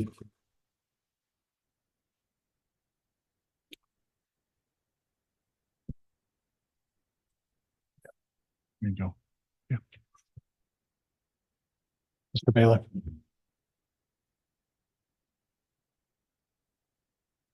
Judge, I have exhibits 43 and 44 that are admitted by way of stipulation of the parties. Okay, they're offered by stipulation. Have they been formally admitted in the record yet? Not yet, Judge. Okay, has the state reviewed Exhibit 43 defense? Any objection to it being admitted? And on 44 as well, any objection? Those are both admitted. Just needed 44. She can put up 44 or 43, excuse me. And Judge, I can start until I get those back. Okay. Officer Consitus, as part of the investigation, you were provided a number of images from Apollo. Is that right? Just the four. And my understanding, when the image was up there, you pointed to an area that was close in location to the fire pit. Is that right? It was probably in my guesstimation, 10 to 15 yards from the fire pit.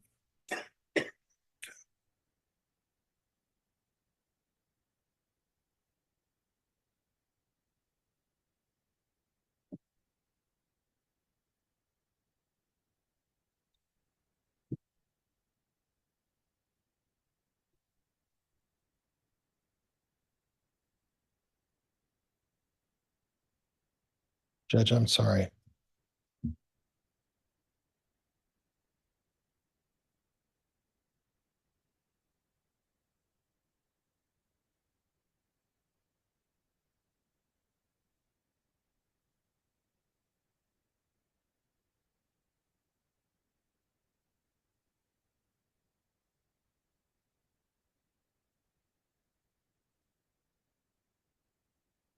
If I could just have a minute, Judge. Yes, go ahead. And if you need any technical assistance, we might be able to help.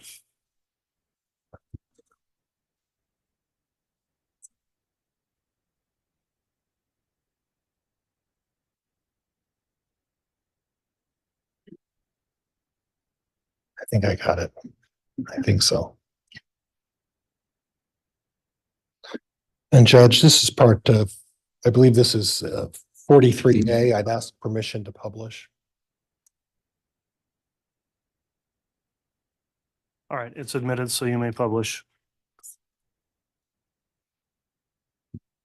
So 43's got sub exhibits then as well?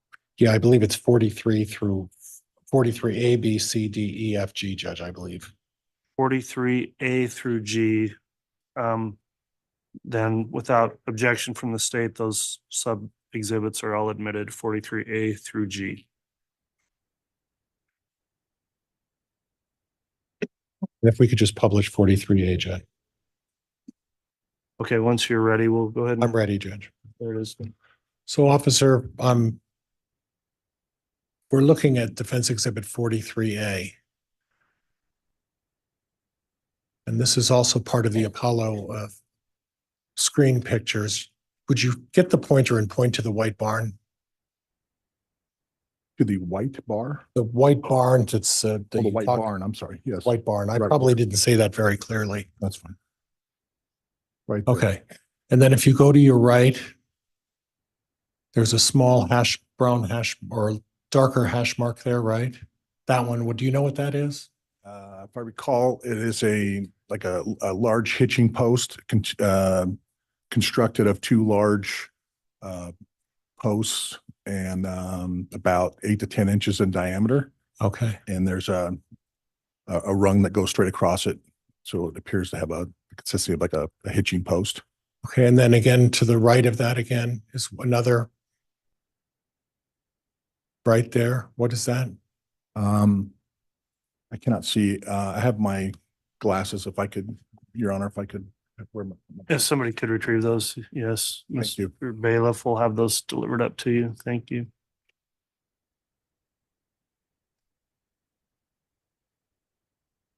Thank you.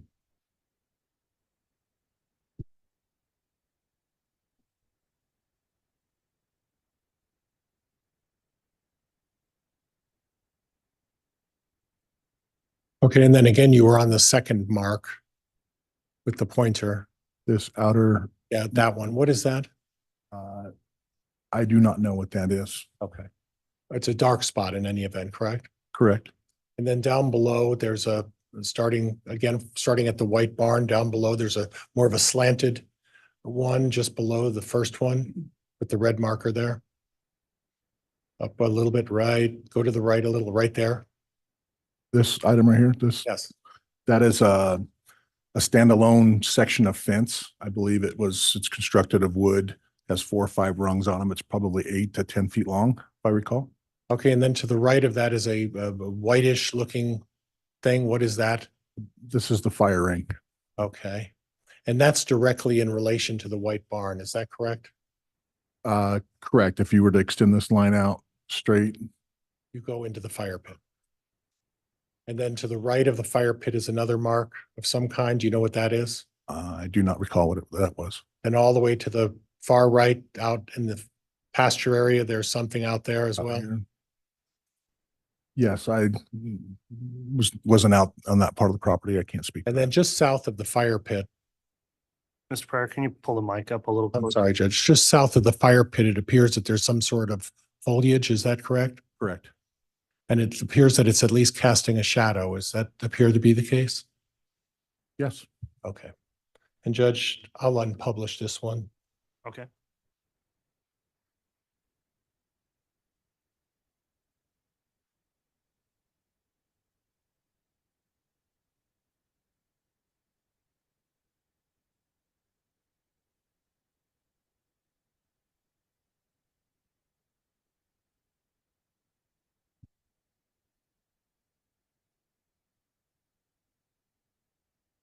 And Judge, oops.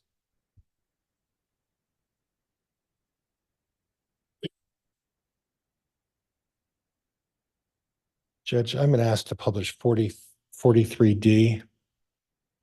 Very well.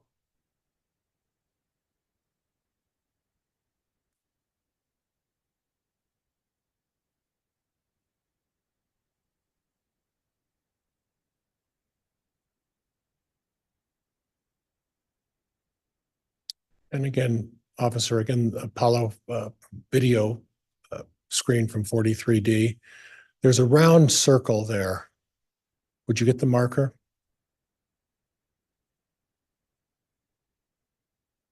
Do you have the red marker? Yes. And would you point to the round circle, which is just north of the tree, or would be, yeah, would be north, The- that right there. The fire ring. You previously identified that as the fire ring. Is that correct? Correct. And again, that's directly adjacent to the white barn. Yes. And where, in your estimation, were the remains of Tylee Ryan found? Over here by the hitching post on this side of the barn. Okay, so Just north of the white barn, on which side of the hitching post? It would be on the west side of the hitching post where the red light is. Is that right about where the red light is? Yes, right in this area right here. Okay. Okay, all right. And Judge, we can unpublish that.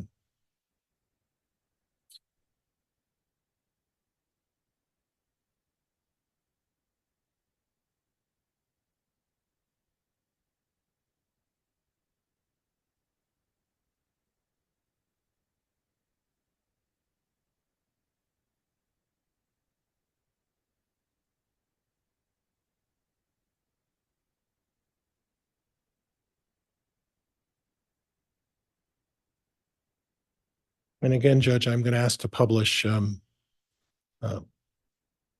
44A. Okay, it can be published.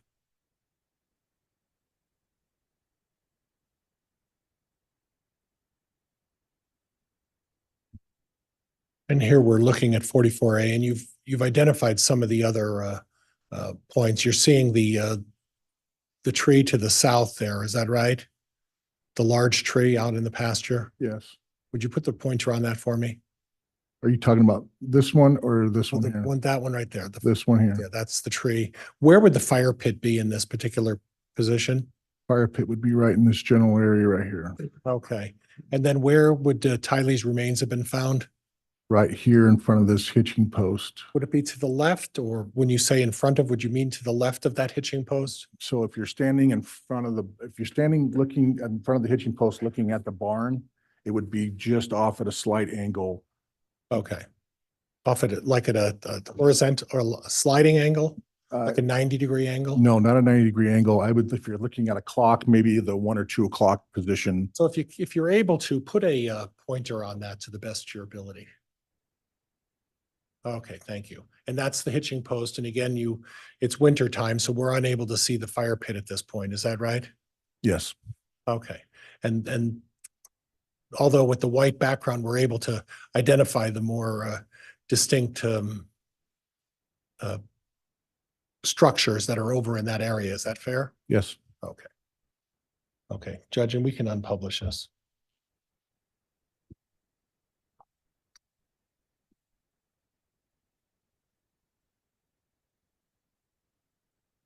Oh, on exhibit 44, Mr. Pryor, does it have sub exhibits as part of it? Just the 1A, Judge, is all it has, I believe. Okay, so is it a single exhibit then 44A, or is 44 and 44A different? I'll look again just to make sure. I apologize, Your Honor. Oh, that's fine. Thank you.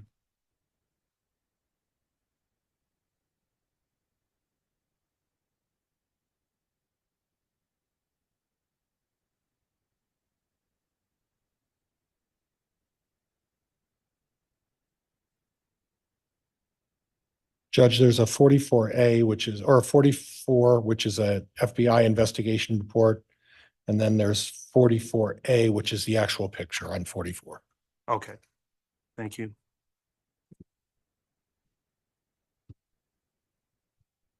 I'll just note on the record then those are both admitted.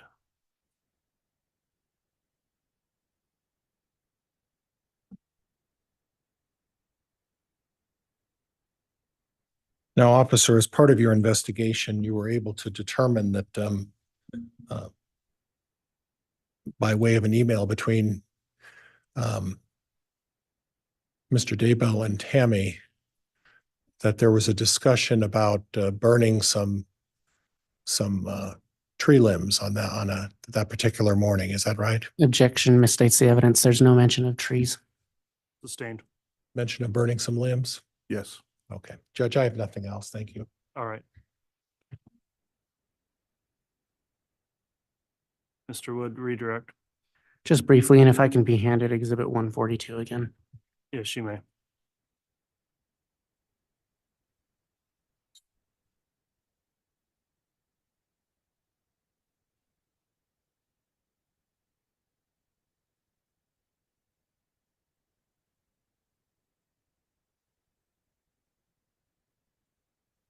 And I apologize. I meant 142A.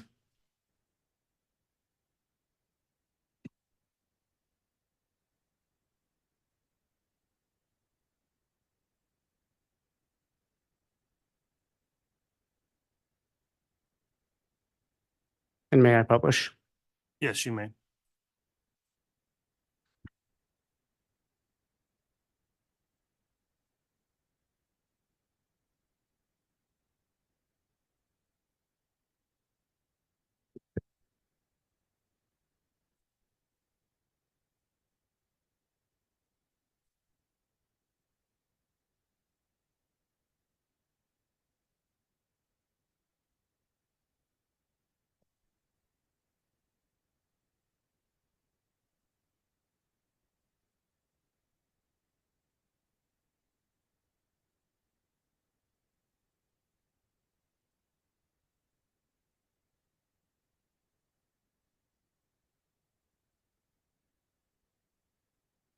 And detective, just for reference, what date, or do you recall just talking about this picture? Yes. And what date was this picture taken? September 9th, 2019.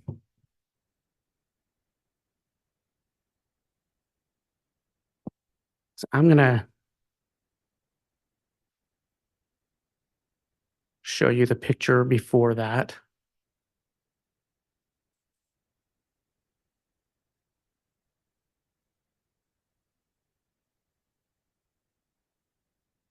And what date was this picture taken? September 2nd, 2019. Now, council had you identify a few features. Do you recognize the feature that the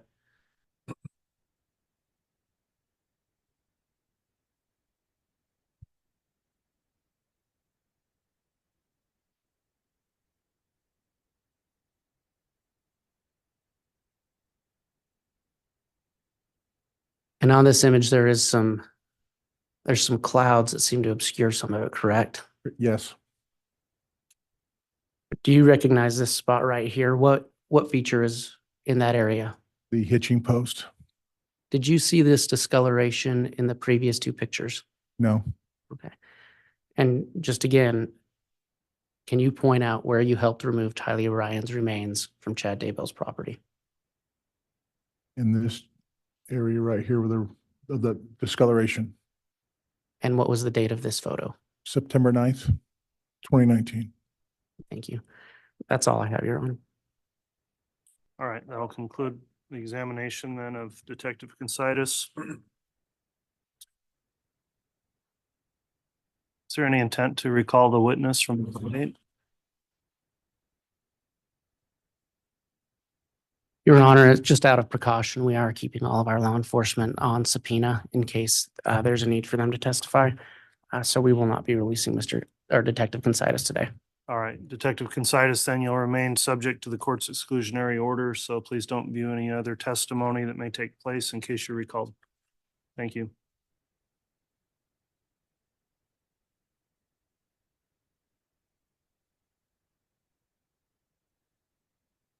All right, the state can call its next witness. Judge, at this time, the state would call Doug Halapaska.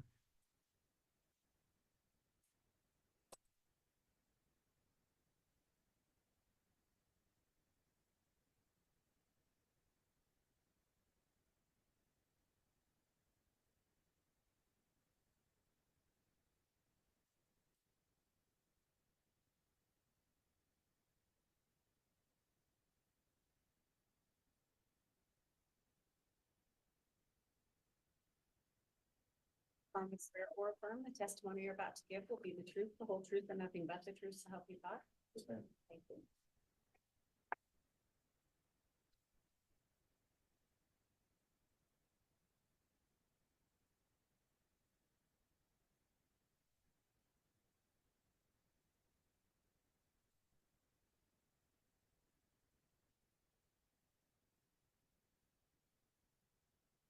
All right, now that the witness has been sworn, let me just inquire, have you viewed any of the testimony that has taken place in this trial since it started?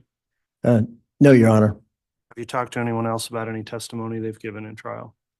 No, Your Honor. Okay, thanks for your responses. You can inquire, Mr. Wixom. Thank you, Your Honor. Sir, will you please state and spell your full name for the record? My name is Douglas Halapaska. That's Douglas, Halapaska, Halepaska. And where do you currently work? I currently work for the Federal Bureau of Investigation, Laboratory Division. I work in the capacity as a forensic examiner within the Firearms and Tool Marks Unit. How long have you worked in that capacity? Been working there since 2009. What is your educational background? I have a Bachelor's of Science, which I received from Texas A&M University in 2001. I'm currently pursuing a master's degree in Science and Technology and Intelligence. In terms of your Bachelor's of Science degree, what is that area that you've got the bachelor's in? I got that in environmental science with an emphasis in biochemistry and genetics. What kind of work did you do before you went to work for the FBI? Prior to working for the FBI, I spent 6 years in the United States Marine Corps as an infantryman. After that, I worked at the biochemistry, biophysics department, Texas A&M University. After that, I worked for the Drug Enforcement Administration as a forensic chemist. Then with the Army as a field chemist for the Army's Test and Evaluation Command at Dugway Proving Ground. Evaluation Command at Dugway Proving Ground. Yes, ma'am. Dugway. Thank you. As a firearms and tool mark examiner, can you explain to the jury what are the types of cases that you become involved with? So often firearms and tool marks is thought of as two separate disciplines, but they're actually the same discipline. Within the discipline, you can think of a tool as nothing more that when two objects come into forceful contact, the harder of the two is going to mark the softer. So a firearm is really nothing more than a collection of different tool surfaces that is designed to control the expansion of the smokeless powder when the bullet is traveling down the barrel. The majority of the cases I work concerned firearms tool marks. However, over the years, I have worked a number of tool mark cases. When you say a number of tool mark cases, what do you mean by that as opposed to firearms? Well, as I said, firearms identification is the same thing as tool mark identification, but where I'm working a case where no firearms are involved, it's just straight hand tools. And when a case is referred to you, do you receive cases from outside agencies outside of the FBI? Yes, I do. When a case is referred to the FBI and it eventually reaches you, can you explain to the jury what is the intake process from the FBI before it gets to you? The evidence often arrives via FedEx. Sometimes it's hand delivered by a law enforcement official. The evidence arrives at the laboratory at the Evidence Management Unit, EMU. And from there, that evidence is processed into the laboratory. The EMU unit, basically what they do is they just inventory the evidence. They assure that the contents of it in the container are there. They enter that information into the laboratory's evidence management system known as Forensic Advantage. And then from there, they generate an evidence sampling plan where the evidence is basically run through the different disciplines within the laboratory. At some point, do you recall having a case referred to you from the Ada County Coroner's Office in Idaho in regard to remains for a Tylee Ryan? Yes, I do. And in fact, internally, was that case referred to you for tool mark analysis? Yeah, that is correct. Did you perform a tool mark analysis? I did. Before we talk about that, are there any specific terms that you might want to take a moment and explain to the jury before we begin to talk about that work? I would. There are a number of terms that I'm going to use they're specific to my discipline. The first being as I told you, a tool and a tool mark are basically when two objects come into forceful contact. The harder of the two is going to mark the softer object. The softer object is going to receive the tool mark. There are two types of tool marks, impressed and strided. An impressed mark you could think of as if I were to take a hammer and slam it on this surface, there would be an impression of the working surface of that hammer head. That force would be applied perpendicular to the surface. The next tool mark is a strided tool mark. That occurs when force and motion is applied parallel or nearly parallel to the surface. And essentially, it just look like a number of scratch marks. The next thing I want to discuss is characteristics.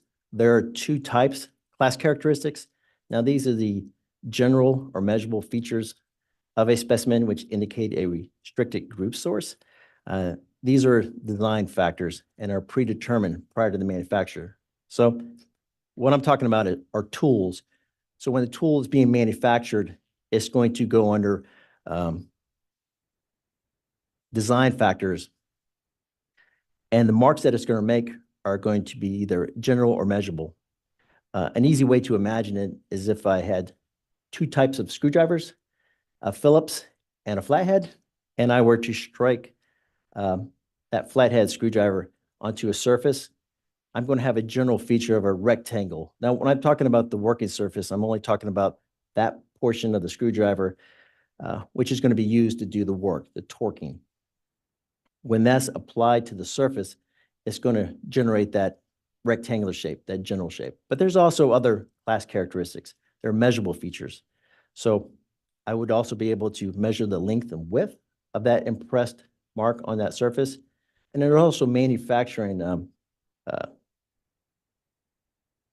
factors or characteristics that would be transferred into that tool mark, such as was the screwdriver tip made using a milling, a broaching, that kind of thing.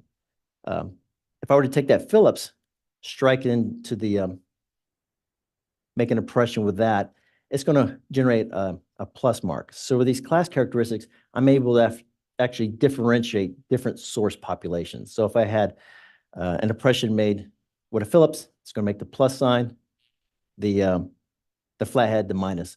So I'll be able to differentiate the different class characteristics and the different source populations.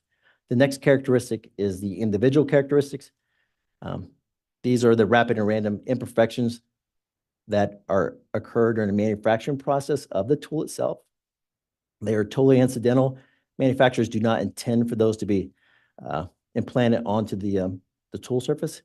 And it is these individual characteristics which are used to source or attribute a tool mark back to a particular tool. Thank you. Your Honor, at this time, the state has pre-marked the state's proposed Exhibit 180A through 180L. I have a proposed for the court, a courtesy copy for the court, and one for the defense. They are offered per stipulation. We'll be moving for admission of those. Those exhibits are pictures of the remains of Tylee Ryan, very similar to the ones we've seen in the last case, or last witness, I'm sorry.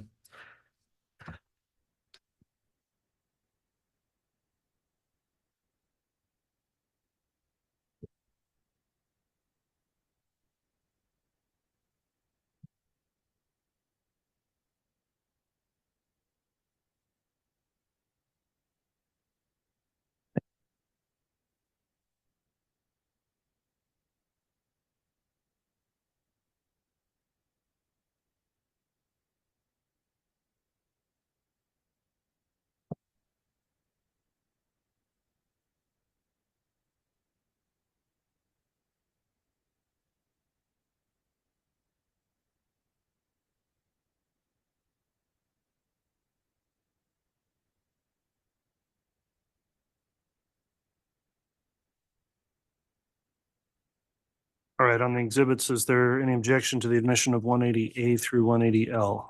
All right. No objection, Judge. Each of those is admitted in terms of publishing. I have a brief sidebar again with counsel, sorry.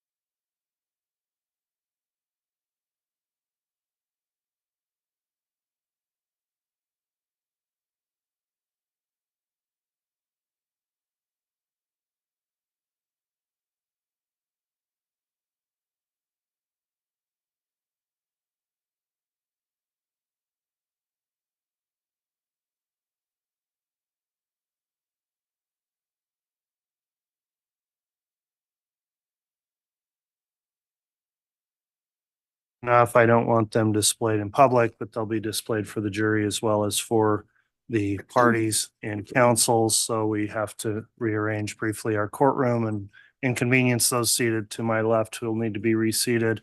We'll go ahead and get those monitors set up here and allow their second brief break before the lunch hour. So we'll take care of that at this time. And I guess as quickly as we can get that rearranged, we'll come back on the record.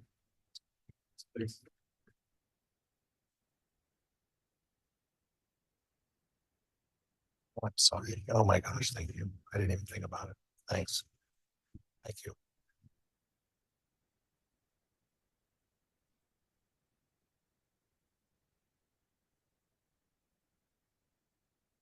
Thank you. Okay.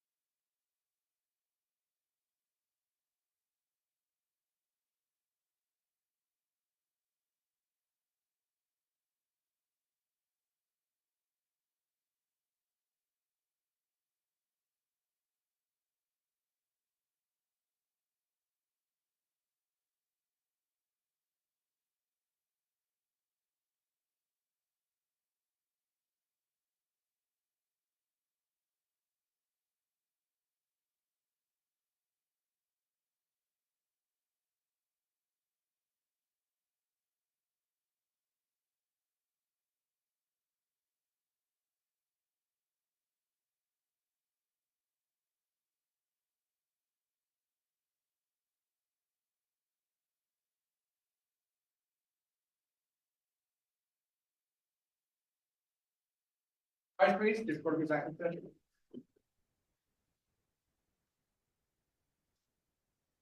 Thank you. Please be seated. Mr. Bailiff, once the jurors are ready, we can have them brought in, please.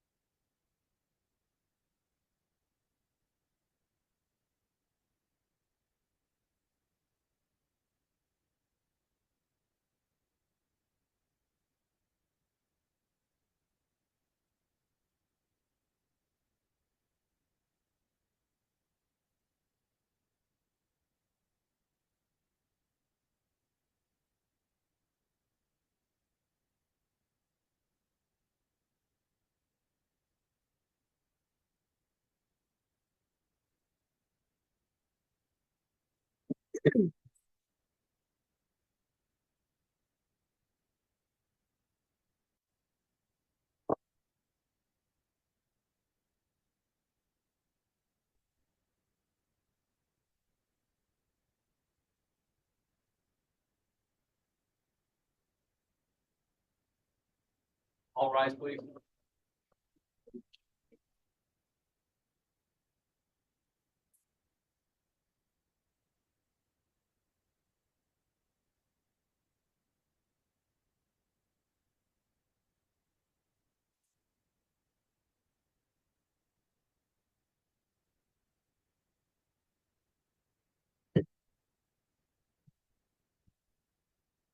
Jury is present and accounted for. Thank you. Please be seated.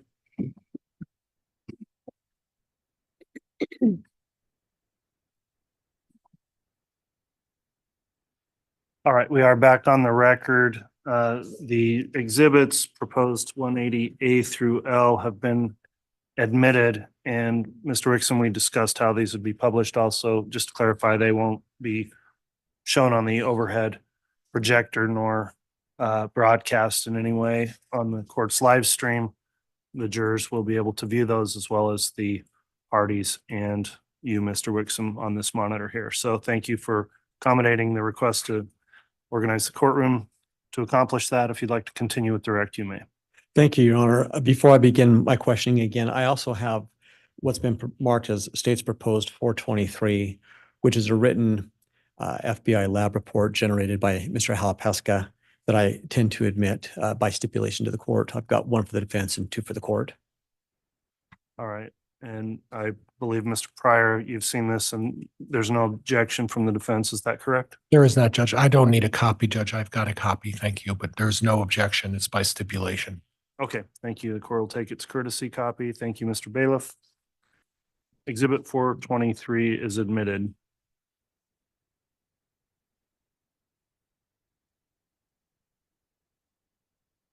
Thank you. May I, Your Honor? You may. Thank you. Mr. Halapaska, before we get into the exhibits, I did want to go back and revisit some definitions for the jury that perhaps I failed to ask you about. When you do a pattern examination, can you explain the three different functions of that or what you might reach as an examiner in those instances? Yes. The examination process can be broken into two separate levels. During the first level, it is focused on those class characteristics that I briefly discussed earlier. So at that point, I'm making observations on those tool marks under low magnification using a stereo microscope, which gives you kind of three-dimensional representation of the evidence itself. During that time, I'm documenting my findings into my notes, as well as taking some photographs as well. That's the first half, level one. The second half is focused on making the identification, the source identification, and that's focused on those microscopic imperfections, those individual characteristics. During this portion, I'm using a comparison microscope, and during that time, I'm actually able to look at two separate samples under the same viewing field. This is accomplished because the comparison microscope is actually two microscopes with an optical bridge. During that time, I'm looking at those individual characteristics on the samples and then generating a pattern match. And from there are three types of conclusions that I can render. An identification, a source identification, that's where I have consistent class characteristics. So the class characteristics must be shared amongst the different samples. And sufficient agreement in the individual characteristics. The next conclusion is not a no conclusion. So that's basically when I have consistent class characteristics, but insufficient individual characteristics. And then the third and final is the exclusion. That's where the two samples are excluded as being produced by the same tool. This is where I have dissimilar class characteristics.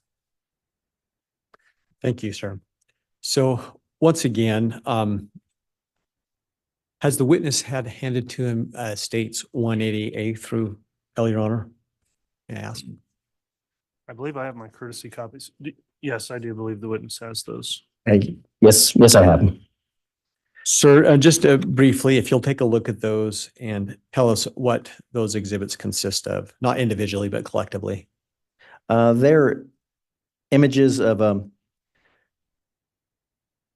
two portions of a hip bone and an intact portion of a spine. And are these images that you took as part of your analysis? They are. And they relate to Tylee Ryan? Yes, sir, they do. And just for your reference, we've also admitted your generated lab report. So as we go through questioning, if you feel like one of my questions could be best answered by your report, let me know. We'll ask permission from the court to publish that to help you do that, okay? Yes, sir. Thank you.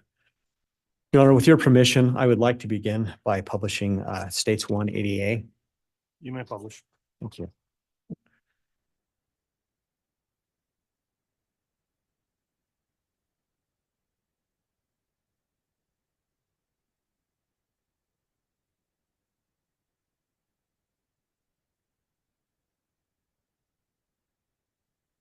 May I just confirm if that's being seen on the screen by the jury as well as the witness?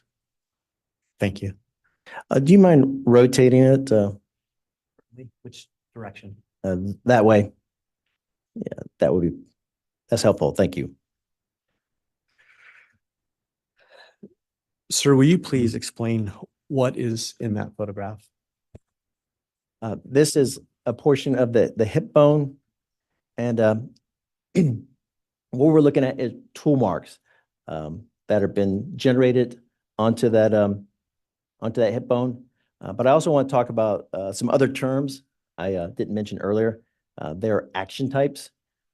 So the evidence we're looking at right now, there are two types of action types: stabbing and chopping. So a stabbing action, you can think of it as when force is applied to a narrow portion of the working surface, like a knife tip, or it's being applied to an object. A chopping object is when force is applied over the long axis of that bladed working surface onto an object.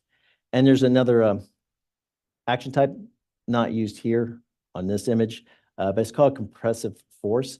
And that's whenever force has been applied, but I wasn't actually able to obtain any kind of class characteristics. So those would be the terms I would be using throughout this testimony. Thank you.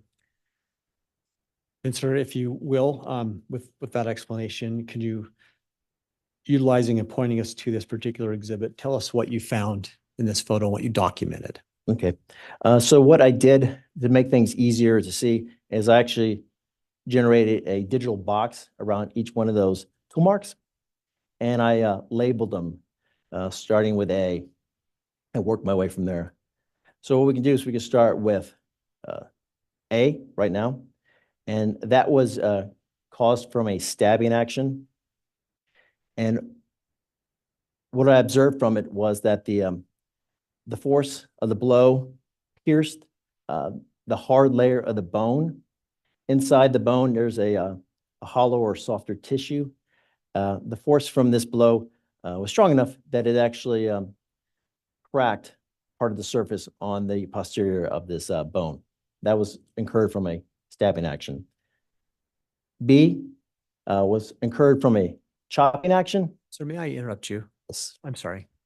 But if we'll just do this one by one. On one, you indicated to the jury just now that was a stabbing action that you determined? Yes, sir, it was. Okay. And can we be clear, is that something that you can conclusively testify to, or is it simply consistent with a stabbing action? Yes, it is consistent with a stabbing action. And at this point in time, were you able to make a determination as to what kind of tool mark may have made that stabbing? Judge, I'm going to object without some additional foundation. Abstain. In looking at that particular alteration, what analysis did you do, if any, to help identify if in fact you could tell what tool mark made that stabbing action? During the examination process, I collected those class characteristics I referred to, so I was taking some measurements. When I moved on to the second portion of the analysis, looking for those individual characteristics, I wasn't able to identify any of those individual characteristics. I took it a step further in my analysis, and I used some casting material. Casting material is a silicone-based compound. Kind of looks like a small caulk gun, and what it does is you administer it over that tool mark. It dries, and you remove it, and from there, it will pick up the tool marks. In this case, I conducted 2 castings of that area and obtained no individual characteristics. From my analysis, I just concluded that it was consistent with a stabbing type action. But within my report, I talk about some tools that could have produced those stabbing type actions. What tools do you believe would be consistent with those types of stabbing type actions? Judge, I'm going to object. This calls for speculation. There hasn't been sufficient foundation for him to be able to make that determination. I am going to sustain that at this point, Mr. Wixom. Without getting into what your conclusion was, what did you do to look at and consider before you made your conclusion as to what kind of tool would have made that stabbing action? Oftentimes, in order to make those determinations, we will make test marks. So an examiner will observe that tool mark. And from there, from my training and experience, which I didn't have an opportunity to talk about earlier, I had 2.5 years of training, I concluded that it was consistent with a stabbing type action. In order to make those test marks, you want to use a comparable media. Fortunately, at the laboratory, we have some bones. I tried to replicate those tool marks. Wasn't able to replicate the same kind of tool marks. The bones that I was using were desiccated, they were dry. Where this bone here was still soft. It was still moist inside. So the way it interacted with the tool is different. But from my training and experience, as well as taking some of those test marks, I concluded that this was consistent with a stabbing type action. And did that analysis help you determine what you might believe, what kind of tool might be consistent with that stabbing action? Judge, again, okay. I'll withdraw this question, objection. You That's can another answer. question. He answered yes. Oh, and what tools did you determine might be consistent with that mark? Judge, I'm going to object at this point. Again, calls for speculation. It's clear that he can't make that determination. I'll overrule the objection. I think it's subject to cross, obviously, but I think there's been sufficient foundation at this point based on the expertise he spoke to allow for the answer. So you can re-ask the question or he can answer if he remembers. Thank you. Sir, do you remember the question? Yes. You answer, please. So the tools that were consistent with producing this type of mark was from a single bladed knife or a comparable tool. But however, other possibilities could not be ruled out as far as producing that stabbing type action. And I assume that's because your finding was that it's consistent with, that's why other things couldn't be ruled out. Is that fair? The fact that when I was making my test marks, I didn't have comparable media to replicate those same tool marks. Okay, thank you. That's correct.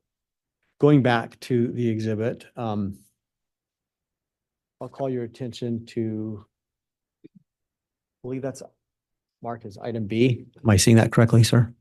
Yes, yes. Can we focus in a little more? Sure. Is that possible? I will sure try.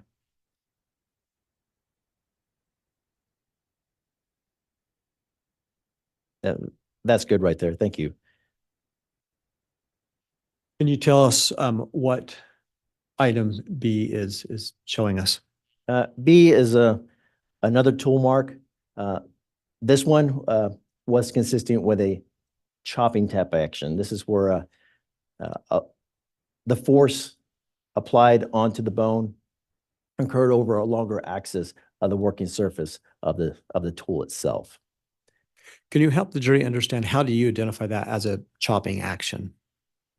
It's where the force is applied. So when I'm looking at that tool mark, I can see that the energy that was delivered to it was consistent. So when I was looking at this under a stereo microscope, I can see a lot more detail. And unlike the first one, where it's the stabbing type action, where that force was applied at a very narrow point, and you can see where other portions of the bone were kind of carried into that injury. Where for B, the chopping action, I can see where the force was consistent throughout the base of the injury. Actually, the force of the blow didn't actually cut through that first hard layer of bone. And did you perform analysis on that mark to help you identify what you believe might have been the tool mark used to create that? Yes, I did, to try to determine what kind of tool was used. And briefly, what was the analysis that you did specific to that question? The tools that I rendered were, it was a cleaver or a machete, a hatchet, or other similar bladed tools. When you say rendered, what do you mean by that? Oh, that was just the tool that was that's consistent with producing this type of damage. So is that in fact what you determined from that mark? It was one of those types of tools that? Yes, it was. And at this time, No tools were administered, or I'm sorry, submitted at this time. At this time, I was only looking at the bones. So when I'm generating a report, I'm also casting kind of a wide net so that the investigators who are actually conducting their work basically have more information to work with as far as trying to recover different evidence items from the scene. If in fact specific tools had been submitted to you for evaluation, how, if at all, could that have helped you in your analysis? It would allow me to make test marks with the tools. But in order to make an identification, that second level of analysis, I have to have those individual characteristics. For both A and B, I was unable to obtain any individual characteristics from those tool marks. So in a situation like that, I wouldn't have been able to make a source conclusion on those tools. So even had potential tools been submitted for your evaluation, you're saying you still couldn't have concluded with those particular marks what the tool was? That's correct. Thank you. Sir, I'd like to now call your attention to what you marked as item C on that exhibit and tell the jury what that is, please. Yes. So C and D, I have some other, I believe there's some other images closer in that I'll be able to give a better explanation of them. But both of those were consistent with being produced from a chopping type action. And we'll in fact get to those. So we'll just go forward on this. What about E and F? I believe E was on the posterior of this bone, and it was created too from a chopping type action. What do you mean by posterior of the bone? The backside. And that's reflected in this photo? No, it is not. But the front injury to the bone is reflected in the photo through E? Yeah, that one's just A through D. E will be on the backside. Sorry, I have poor vision, I suppose. Thank you.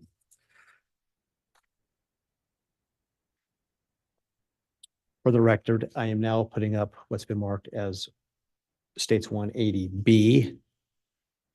Could we rotate it? There you go. And just, oh no, you had it. There you go, right there. And just like that. Let's start with the top photo and then I'll rotate it up. That's okay. Okay.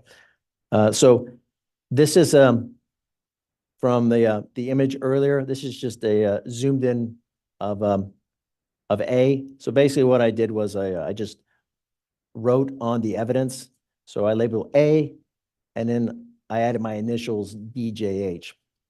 And what I was trying to capture here was, as I mentioned, this is from a stabbing type action. So you can see as that tool was being applied here and that force was being applied, you can see where some of the fracture lines and radial cracks, some of that energy from that bladed tool was being driven into the bone. And you can see the fracturing of that bone being carried into that hollow space within this hip bone. And what about this portion of the exhibit?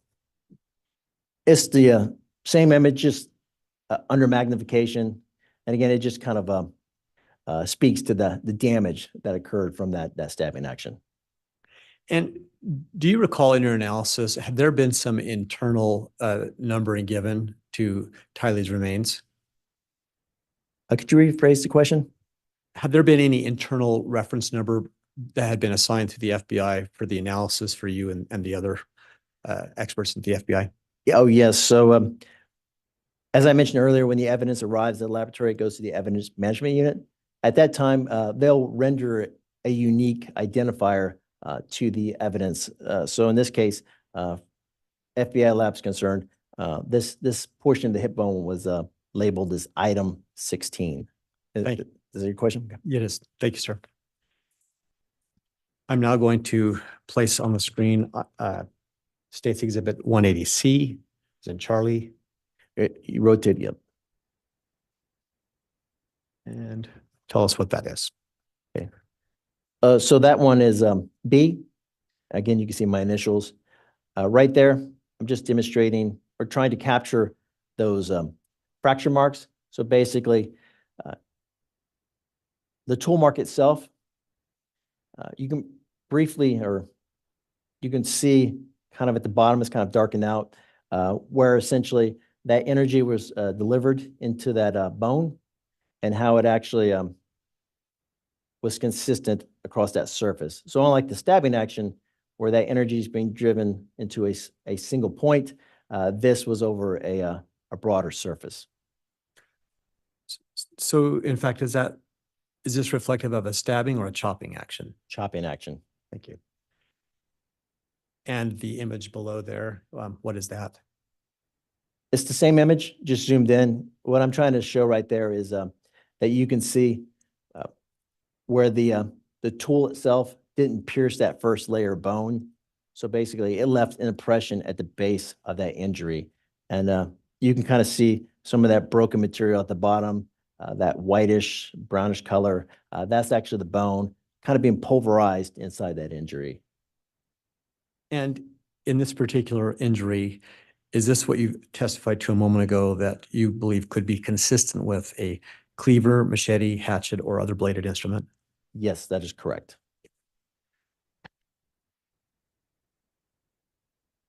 I am placing states 180D. Start with those two top photos. Okay. What I'm demonstrating with the top left image, you can see those, how I labeled them. That's good right there. Thank you. I labeled it C and D. I've initialed it. The green arrow represents where that force was applied from. So as we're looking at this image right here, the force came from left to right into the injury. If you look at the image on the right, that's a close-up of tool mark D. And you can actually see a couple of things.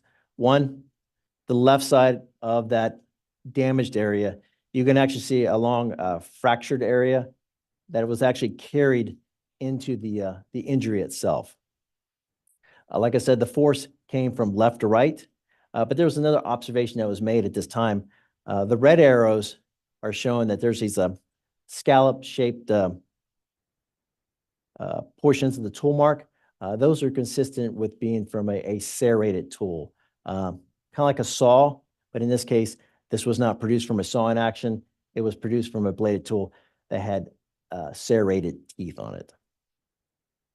So just for the jury's clarity, I'm not sure, perhaps I'm colorblind, but which arrows were you just referencing? You said red arrows. Which arrows might those have been? Okay, so the green arrow represents the force, where the direction of force came from. I'm on the right image.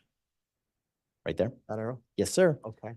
So that green arrow represents where the force came from, so it traveled from left to right. And then the black arrows are pointing out those scalloped impressions right there, or shapes. And those are consistent with being generated from a serrated tool. So were you able to make a determination through your analysis what type of tool, or simply that it was a serrated tool or anything else? Basically a cleaver, machete, or hatchet that had serrated teeth on it. And this portion of that exhibit, what does it document? For this one, the green arrow represents the force that's applied, so traveling from left to right. The black arrows, in this case, you can actually see those serrated teeth marks. They're a little more pronounced, and basically the black arrows are pointing them out, so you can actually see them on both the right and left side of that tool mark.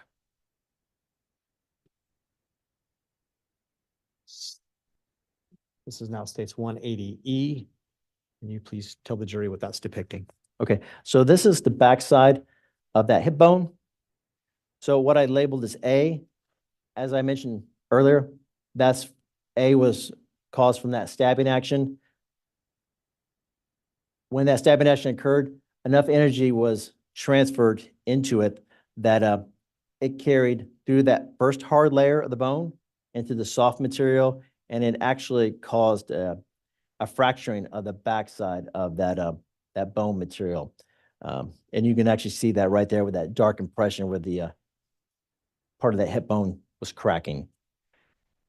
D, that was the one that was caused from the chopping tap action, and it too carried through to the other side. So it cut through the first hard layer into that soft spongy material and then out toward the back, but it didn't quite travel all the way through. It just caused damage on the backside. And then for E down toward the bottom, that was the last tool mark that I found. The green arrow represents the force that was applied from left to right. And there's another image, giving a close-up of it. Is that what we're talking about? Yes, sir, right there.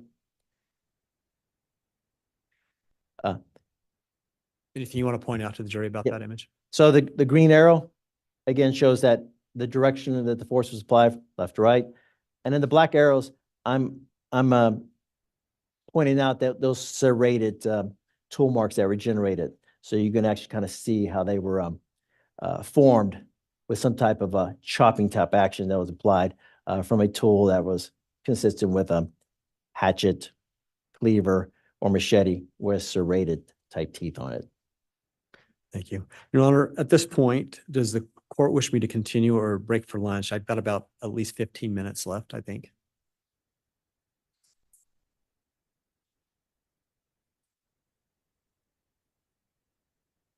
Okay. We did have a request to delay the lunch break slightly because of our food situation. So let's go ahead and continue on, Mr. Wixon. Thank you. Thank you. Sir, with respect to this portion of the bone, it looks like there's at least 3 points that you identified where the stabbing action penetrated through the bone, or almost at least in one instance. There were 2 instances. That was for tool mark A and D, where the damage traveled through the bone. Is that particular part of the bone relative to other bones? Is it a thicker part, a stronger part, a weaker part? Tell us more about that. My experience with working with this was it was a pretty thick material, but I don't necessarily know if I have enough experience to really opine on that. Is outside your scope? Yes, sir. Okay, thank you. Now I'm putting on the screen the state's 180F. Can you please tell the jury what that depicts? This is an image of an intact spine. So the tool mark that I located on the spine was, you can see it in the box toward the base of the spine. I labeled it as A. So basically I just started the lettering over since this was a new evidence item, and the laboratory issued the unique identifier for this piece of evidence as item 17.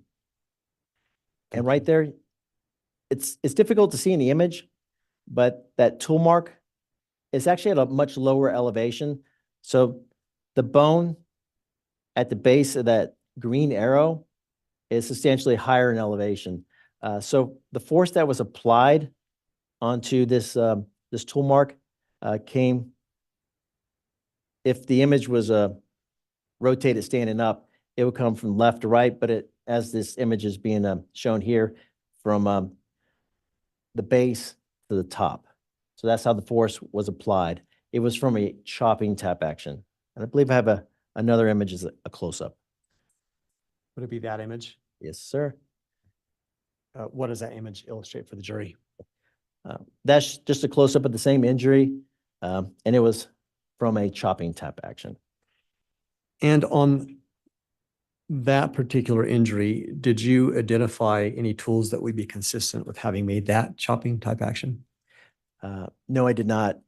And actually, I like to clarify too that up until this point, all the tool marks that I mentioned for items 16A through E, I wasn't able to locate any individual characteristics within those injuries. The same for tool mark A here on item 17, the intact spine. No individual characteristics were located in my examination. So if you will clarify then, you testified earlier on 180B that you found the tool mark to be consistent with having been made by a cleaver, machete, hatchet, or blade. What do you mean now? I'm not sure I follow what you just said. Oh, it's just, as I mentioned earlier about my examination process, about source identification. So trying to source identify a tool back to a tool mark. In order to make that, I would have to have the microscopic characteristics. Those would be the individual characteristics.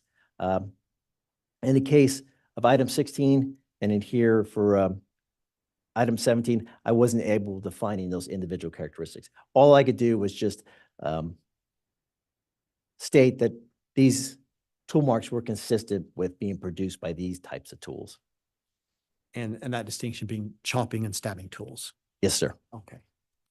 I'm going to place states 180G. And if you could please explain to the jury the significance of that photo. Okay. So a couple of things going on here. This is the item 19, and it's actually the other portion of the hip bone. If you look on the top left or the left side of the hip, you could actually see some black sooting. It appears that a portion of this was actually was in a fire and burnt. There were a number of different tool marks that were located on this item. I'm going to use some different terms. Let me, for a tool mark, start with D right there. That one was from a chopping action. F, that was, as I mentioned earlier, that's another term called compressive force. So I wasn't actually able to identify any kind of class characteristics from it, nor individual, only that damage was occurred to the bone. And you can actually see item F looks like it's kind of within an island. You can see there's a break around the entire thing. So there was enough force to actually break that bone, but not actually break it free from the hip. G was more compressive force.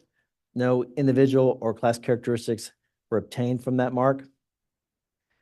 H was from a stabbing tap action.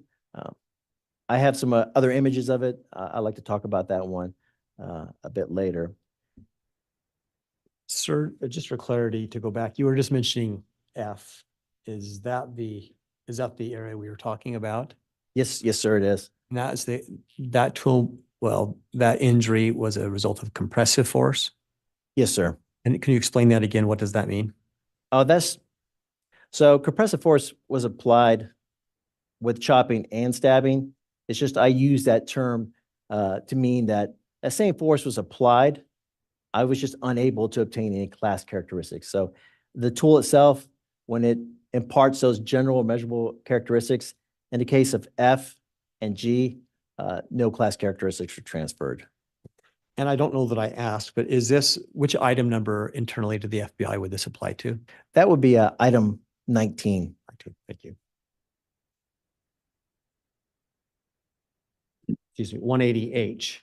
Could you please, first of all, which internal FBI number would this photo apply to? This one still pertains to item 19. Okay. And please explain in the top photo what we're seeing here. Okay. Could you just lower it just a tad? Okay, that's perfect right there. Thank you. Okay, so for tool mark A, the green arrow represents the force that was applied. This occurred from a chopping tap action.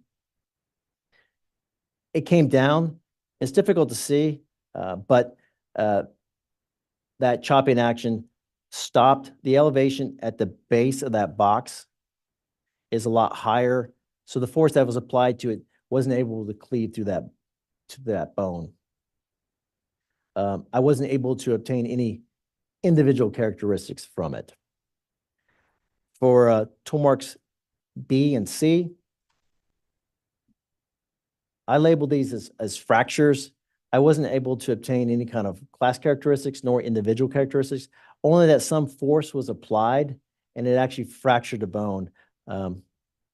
Perhaps even the same blow that was applied to the bone at B and C may have been from a single blow.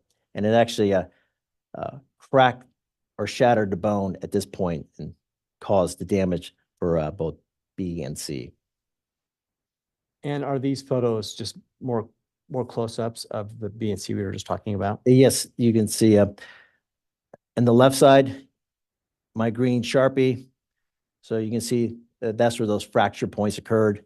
And then the one on the right is just a close-up of one of those fracture points.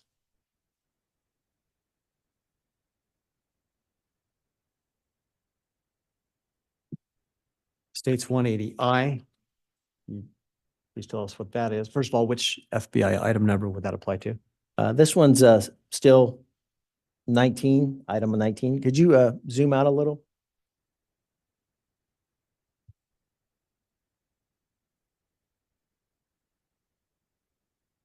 Okay, so that's good right there. So this is from toolmark D. This was from a chopping tap action. You can see the green arrow there. That's where the force came from. So the force came from, as the image shows it, from kind of the bottom left up. The force you can kind of see at the top left of the tool mark. You can see that the bone has actually shattered in separate places and fractured. Based on my training experience, it appears that the tool that was used actually cut through the bone and into that soft tissue and may have actually carried into it. And with that, were you able to identify any particular tool that would have been consistent with that tool mark? I wasn't able to obtain the individual characteristics, so all I can say was it's consistent with being from a cleaver, a machete, or a hatchet or some type of similar bladed tool. And what does this photo do to help the jury? That's just another image. You can kind of see D right there, and you can see the green arrow. It's showing the force of that blow. There's another tool mark under it. Can we zoom in a little bit?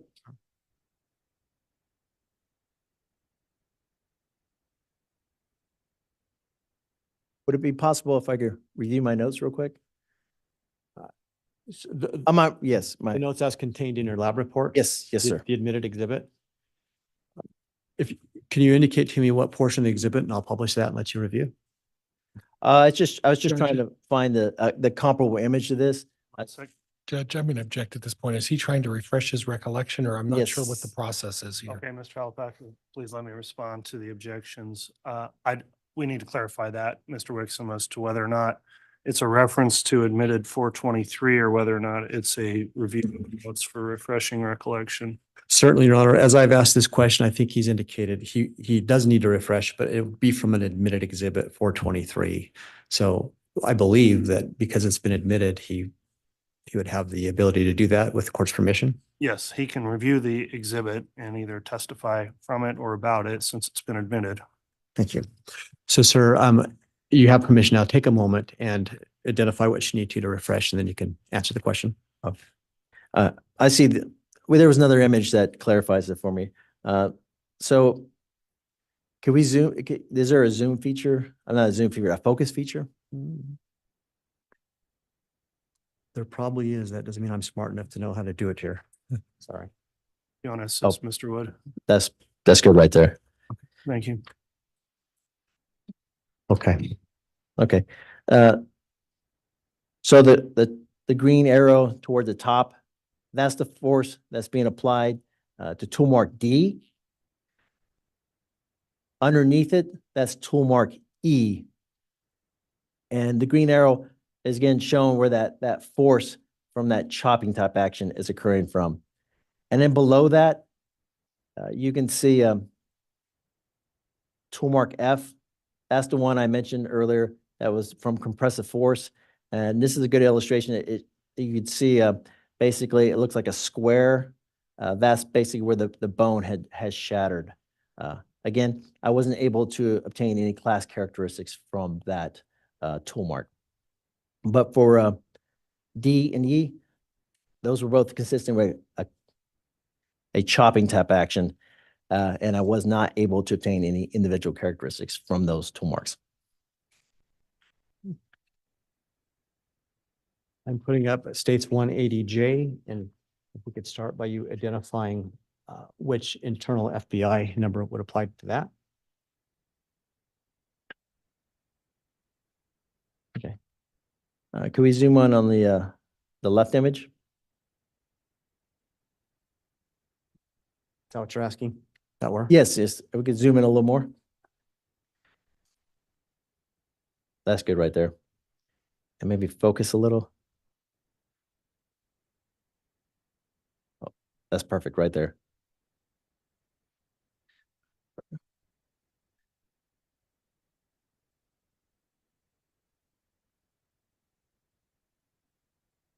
This is still item 19, and these are tool marks H and G.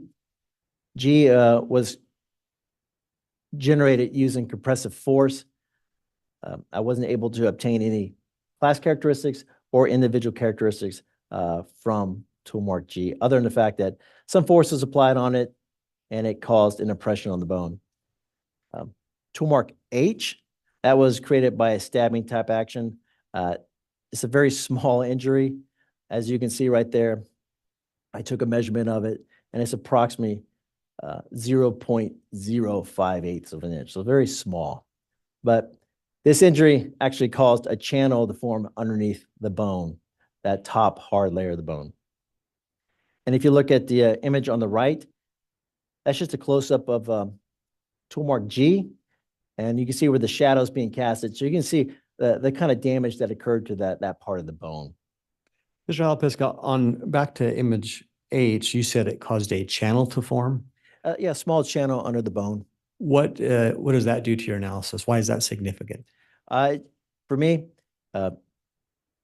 it was a different type of tool, consistent with one of that being of a pick, like an ice pick, but with a very narrow working surface. Any other observations from that? No, then no more. Thank you.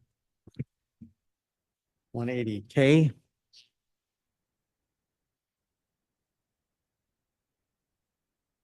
If it's possible, can we just draw out?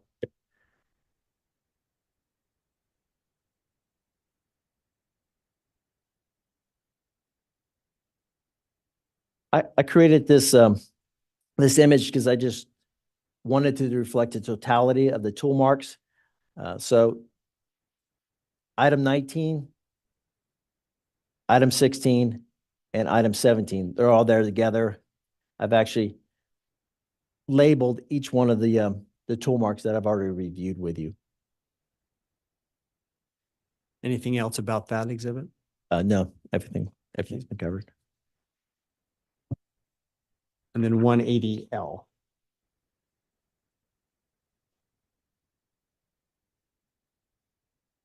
This is the backside of those same items, item 16, 19, and 17. Again, the tools or the tool marks that I couldn't obtain any kind of class characteristics from, that would be F. You can see that on the top right there for item 19, and then C, D, or B and C, that's from that fracturing. And then also A, that's just damage from that stabbing type action that I talked with about the first tool mark that we reviewed during my testimony. You can kind of see that damage as it's coming through the bone. You have a note on this. First of all, did you create that notation in the upper left, damage first occurred? Yes, I did. What are you telling us there? Why is that significant? So, and I failed to mention D there. So if you see A in the middle of item 16, if you look to the left, you can see D, and it has that asterisk there. I was just trying to show that damaged area is related to damage that occurred on the front side of the hip bone. But at the same time, enough force was applied that damage could be observed on the back side of that bone. So is it fair to say from this exhibit, this is the back side of the hip bones? Is that correct? Yes, the back side of the hip bone and the spine. So do the majority of the tool marks occur from the backside of the hip bone or from the front side? Most occur from the front. Just one moment, Your Honor.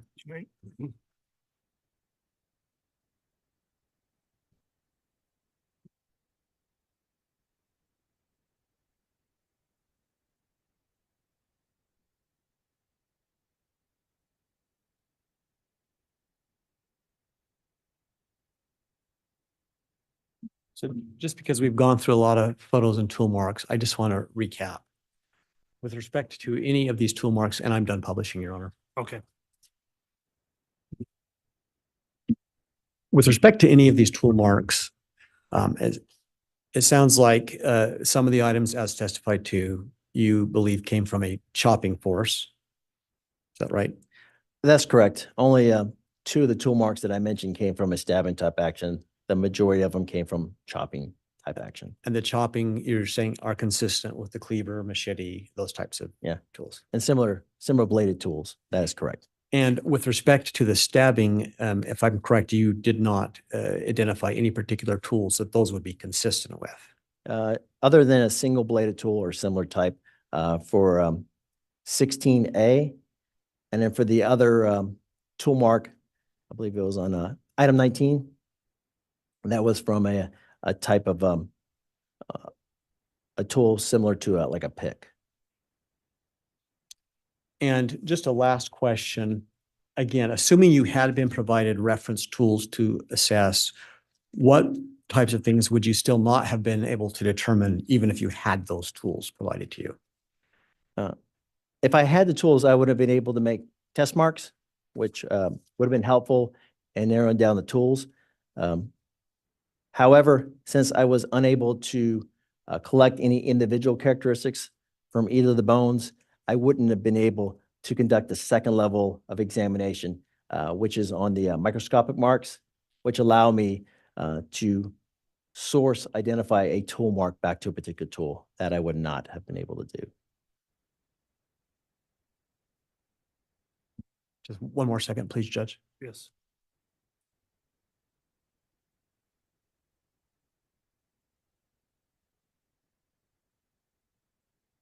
Your Honor, we don't have any further questions at this time. All right.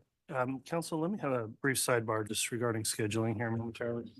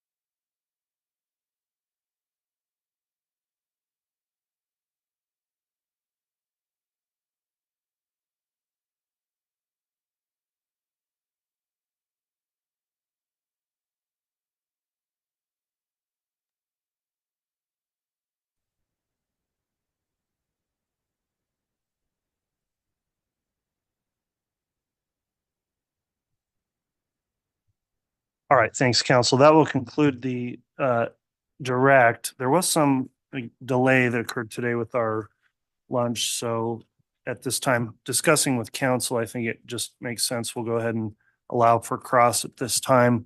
And then once we conclude with this witness, we will have our lunch recess. So go ahead, Mr. Pryor.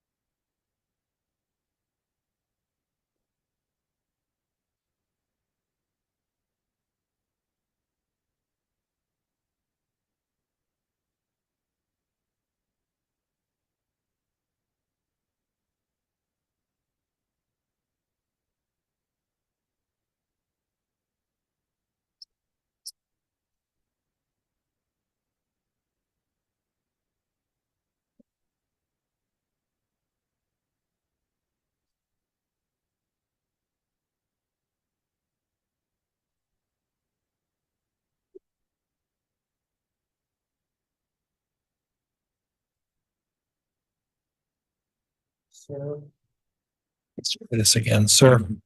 You wrote in your report that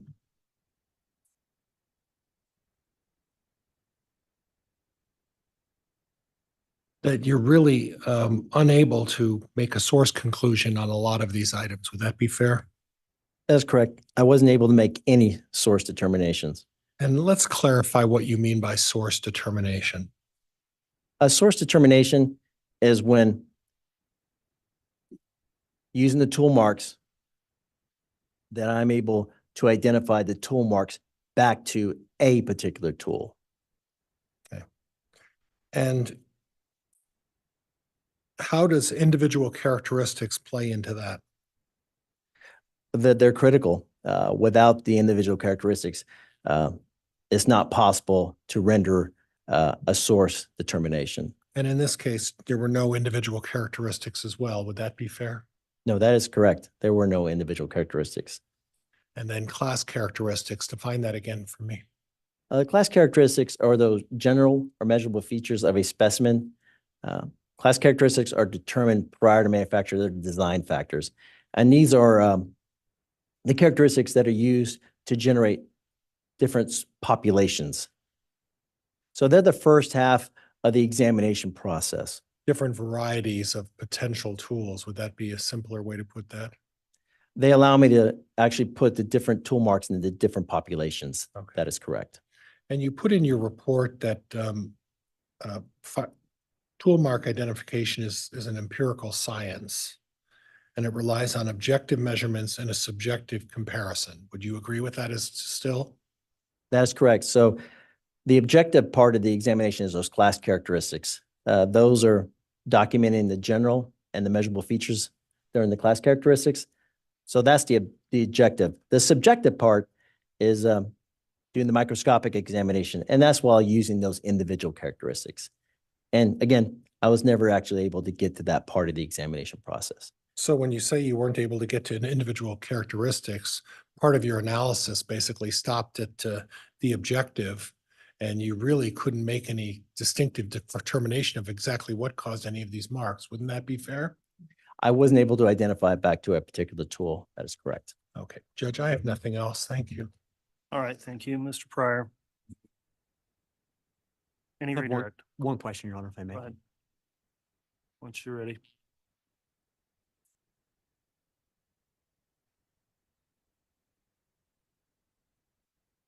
So, sir, in your analysis, is there any question that some kind of tool was used to injure Tylee and her bones? Absolutely. Yeah, a tool was used to cause that those tool marks. That is true. I just wasn't able to render any kind of source identification on those tool marks. That is correct. No more questions, Your Honor. All right, thank you. That'll conclude the testimony then of Mr. Halapaska.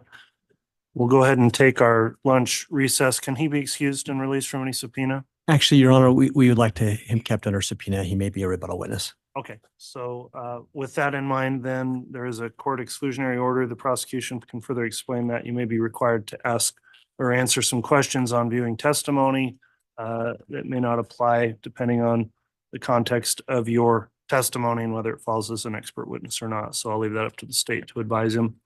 With that in mind, then, thank you for appearing and testifying this morning.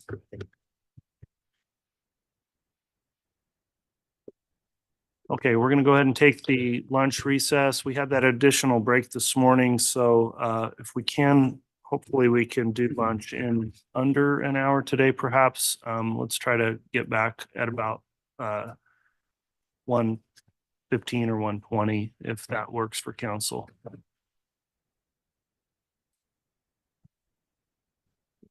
All rise, please.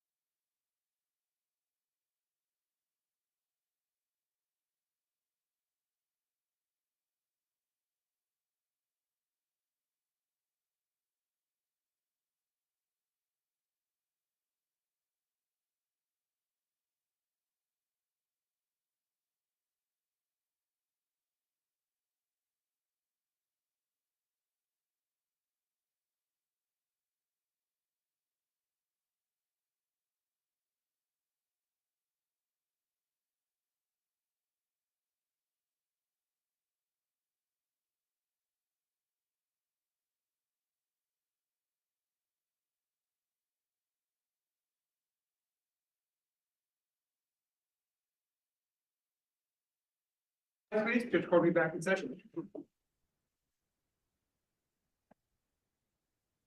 Thank you. Mr. Bailiff, we'll have the jurors brought in, please.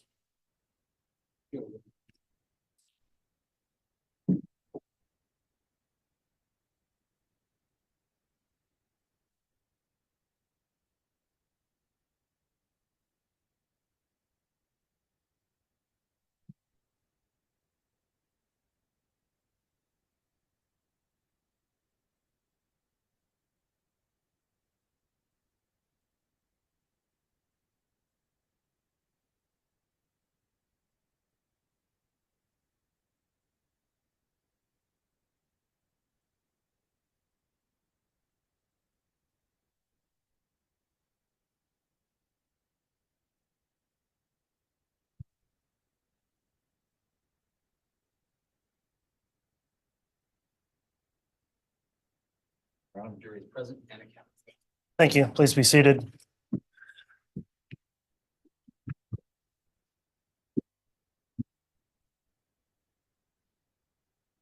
Okay, we're back on the record on CR 22-21-1623, State of Idaho versus Chad Guy Daybell. Continuing with the state's case in chief, the state may call its next witness. Thank you. The state would call Nick Balance.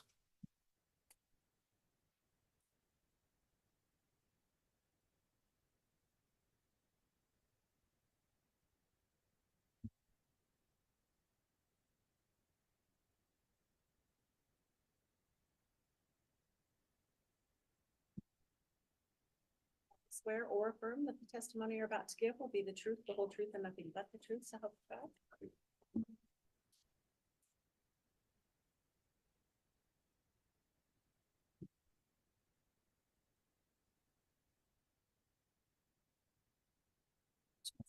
God. Right into the mic, yeah, over there, and you have a nice point there. Okay, thanks, sir. All right, thank you. Agent Balance has been sworn, is recalled, and previously testified in the case, but I'll ask the witness, have you viewed any of the trial testimony that's taken place since you were last here? No, Your Honor. Okay, have you talked to anyone else about about their testimony or your previous testimony? No, Your Honor. Okay, thank you for that. Mr. Wood, you can inquire. Thank you. And before I do, Your Honor, I had notified the clerk earlier that I would be requesting State's Exhibit 156. Very well.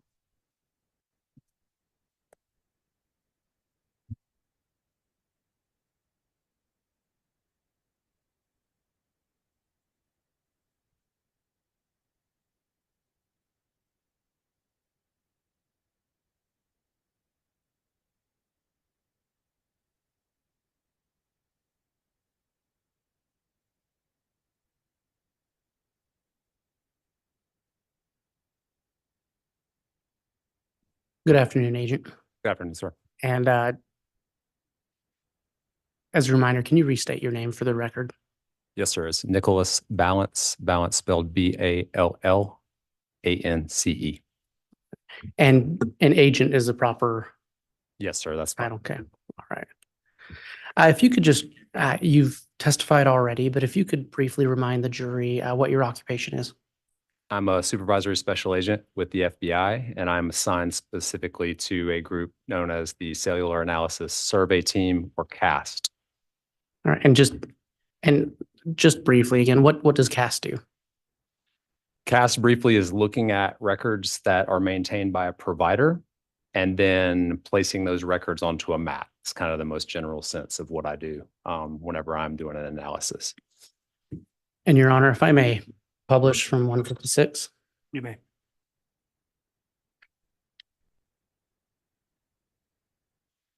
So Agent, just briefly, when you were here last time, we discussed a couple of dates, September 9th, September 23rd, and a few other things as well, correct? Yes, sir. Okay.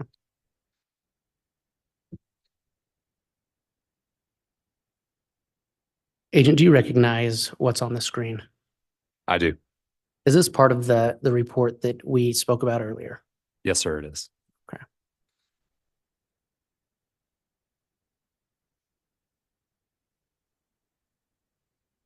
And does this report also cover dates throughout October? It does. Yes, sir. Okay. And some other dates as well, correct? Yes, sir. Can you describe what the jury is seeing on slide 58 and why it was important to your investigation? So this was a receipt that was provided to me that was associated with a telephone number 401-569-8260 that had a bill to name listed as Boyd Dial. And why was the name Boyd Dial significant to you? I saw that as the subscriber across numerous telephone numbers that were later attributed to Chad Daybell. So when you see the name Boyd Dial, do you associate that with Mr. Daybell? Yes, correct. Okay. And what is the date on this point of purchase information? You can see it there at the top right. Don't know if the pointer is showing on the white, but it's the October the 8th, 2019 at 2:56 p.m. And are you aware of what this is a receipt for? I would defer to AT&T for the specifics, but I've definitely seen them before associated with changes made to an account. Okay. And if you can inform the jury, what's significant about slide 59 in your investigation? So this is showing a return from TracFone, which is a company that provides wireless service. They just are what's known as a mobile virtual network operator, meaning that they don't have towers. So they rely on one of the larger providers that have a cellular infrastructure in order to carry calls on their network. So one of the things that we can obtain from TracFone is what's called point of purchase information. So if you were to go to Walmart and purchase a TracFone, they would have the information associated with that purchase and certain pieces of information associated with it. So as an example, this is the point of purchase information for the telephone number 334-744-4205. And then as you look across the information that's provided from TracFone, you'll see that the merchant was Walmart, which would be where it was purchased from. You can see the amount, which is going to be the cost associated with the phone. And then over on the far right, you can also see the time associated with the purchase. On the bottom, you'll see the actual address of the Walmart where it was purchased, as well as the phone number associated with that Walmart. And then TracFone point of purchase information, the time is stored in Eastern Standard Time. So because of that, since this purchase was made in Rexburg, Idaho, I had to deduct 2 hours, which went from 17:24 to 3:24 as the actual time that the purchase was made. And you mentioned the phone number for which this point of purchase information is associated with, correct? Yes, correct. And can you read that number again? Certainly. It's 334-744-4205. Are you aware of who that number is associated with? Yes, that number was attributed to Alex Cox.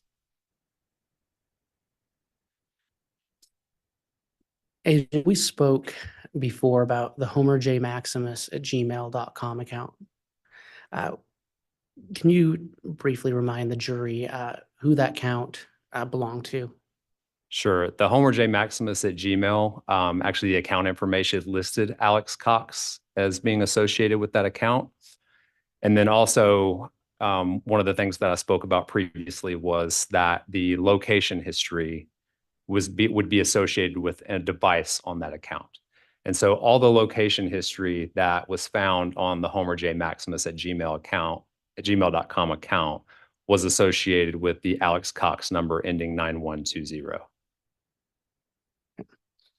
And on slide 60, what is the jury seeing here?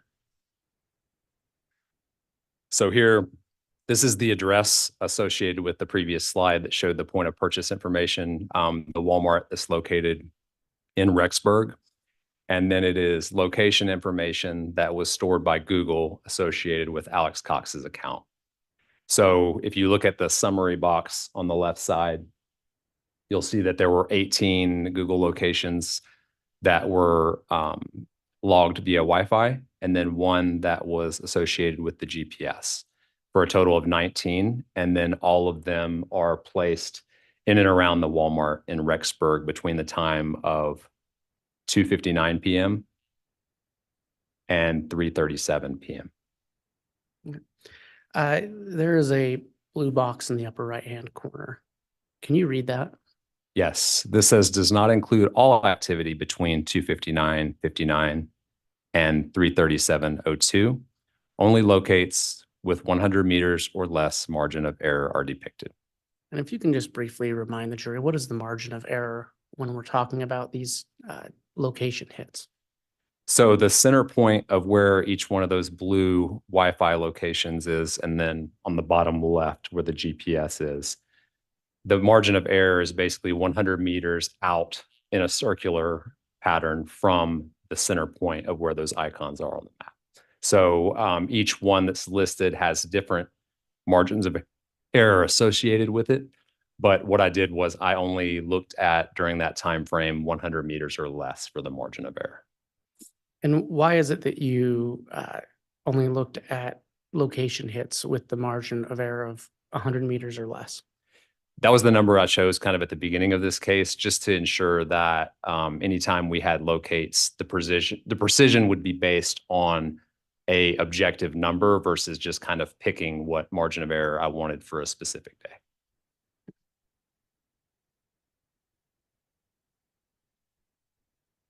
In slide 61, can you tell the jury what they're looking at? So here you're looking at Verizon text message content associated with the phone number 208-690-9374, which you can see in the actual return there as the originating MDN or mobile device number. And then you can see the same thing in the second message here. So what these are returns from Verizon that are showing text message content or a text message that was sent associated with that account. The first one at 11:57 listed here. Again, they're listed in East Coast time, so I had to subtract 2 hours. So the adjusted time is at the top. You'll see 9:57 and 51 seconds. That's associated with the top message that reads, "Gonna stop by the store right now to get that other number working. Hopefully won't take long." And Agent, you mentioned the number that these two text messages were sent from. What was that number again? So that number is 208-690-9374. And who is that number associated with? Chad Daybell. Okay. And if you can explain what you see in that second white box. So the second, same thing. It's a text message that originated from the number ending 9374 associated with Chad Daybell. And the content reads, "I will call right now," from a 401 number. And do those boxes include who's receiving those messages? They do. So if you look below, you'll see the terminating MDN. And so both of these messages went to 808-755-5452. And are you familiar with who that number is associated with? I am. Who is that? That's associated with Lori Vallow. Okay. And so what we have is a message saying he will be calling from a 401 number, correct? Yes, that's correct.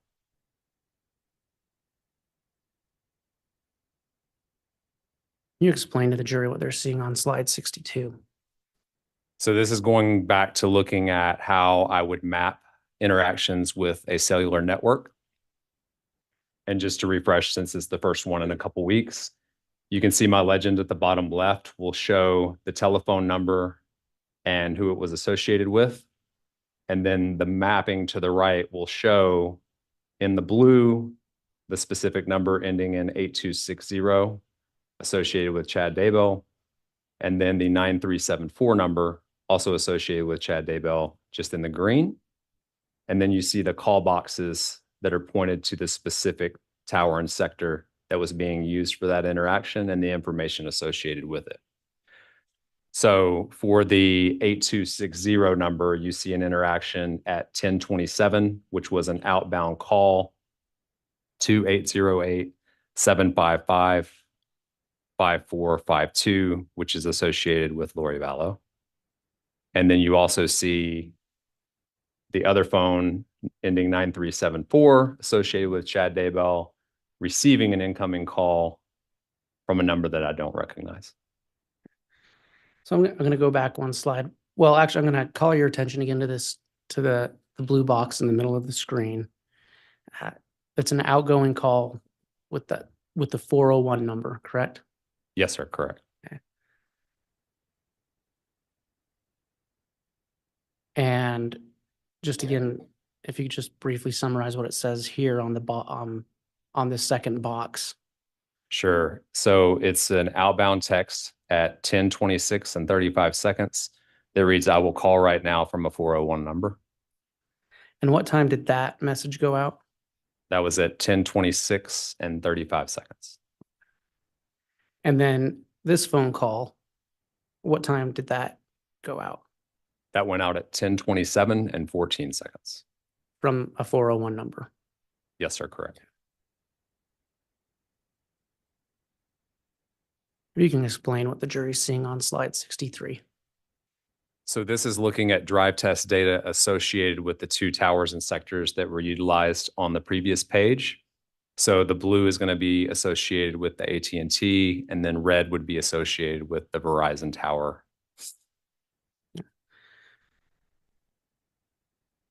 And is this related to the last slide we just looked at?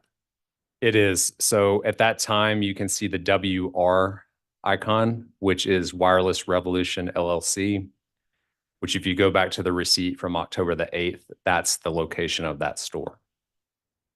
Okay. Before we move on, Agent, we spoke last time about some types of records that Verizon does not keep. Are there specific records they do not keep in regards to text messages? Yes, during the time period that these reports were generated, Verizon did not include the cell site and sector associated with text messages. So basically what that means is if a Verizon customer sends a text message, you're not able to see what tower and sector is used in Verizon's call detail records. Thank you. And then slide 64, what are we seeing here? So this is showing the other side of the calls that were shown previously. And it's showing the location of the 4652 phone, as well as the 5452 phone, both attributed to Lori Vallow. And they're using towers and sectors consistent with being down just outside of Phoenix, southeast of Chandler, Arizona.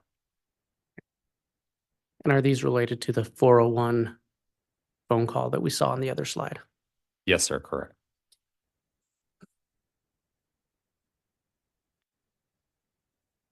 In slide 65, what are we seeing here?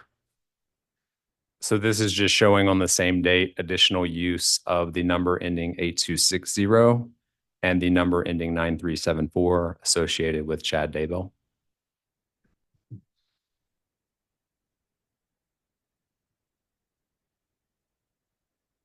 And on slide 66, what are we seeing? The same as previously, just additional use. This is between 1:11 p.m. and 2:22 p.m. of the 9374 phone and the 8260 phone, both associated with Chad Daybell. And in this box that I'm moving the mouse over, can you go down through and tell the jury what's going on in there? What devices are communicating with which device? Sure. So if you're looking at the top box, again, under the white, it's not very clear, but the first is an incoming call that was received at 1:11 from the 4652 phone associated with Lori Vallow. So Lori Vallow is calling into the 8260 phone associated with Chad Daybell. And that call is 513 seconds, which is about a little less than 10 minutes. And then you see text messages being exchanged between the 8260 phone associated with Chad Daybell, and the 4205 number associated with Alex Cox. And again, what is the date that these exchanges were taking place? That's October the 9th between 1:11 p.m. and 2:22 p.m. And Agent, I know it's hard to see on the big screen, but if you can look on your monitor, this label here, what is that? So that's going to be the Rexburg, Idaho Temple. And so is that location consistent with these the call records and cellular data for the ingoing and outgoing for that 401 number? Based on just looking at this page, I would say yes, but I also did the drive testing as well. So that would be a more clear indicator versus an estimate. Okay. And the red box, what is that detailing? So that's associated with a Verizon tower, and that's 3 calls made by the 9374 phone associated with Chad Daybell.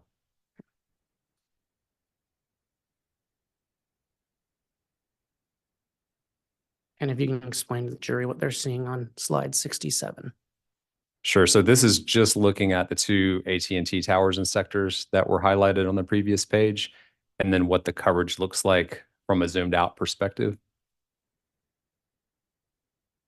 And if you can just use the pointer to show the jury where you're referring to. Sure. So these 2 towers and sectors here, and then the coverage areas in green and in red. So as you can see, the green does actually go up north of Chad Daybell's residence, and then the red goes out west, kind of on the outskirts of Rexburg.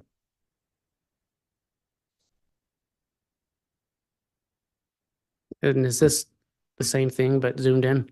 It is. If you can just describe that a little bit with the jury, what you can tell from that data. It's just easier to see because now you can look at actual locations in Rexburg and whether or not coverage was in that area. And you can also see the overlapping coverage that's going to be that darker green color, which would indicate that both of those towers and sectors would provide coverage to those locations. And going back to the previous question, the Rexburg, Idaho Temple is in an overlapping coverage area right there.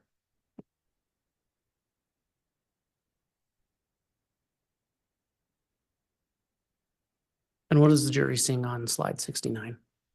So the previous slides were looking at AT&T coverage. This is looking at Verizon coverage.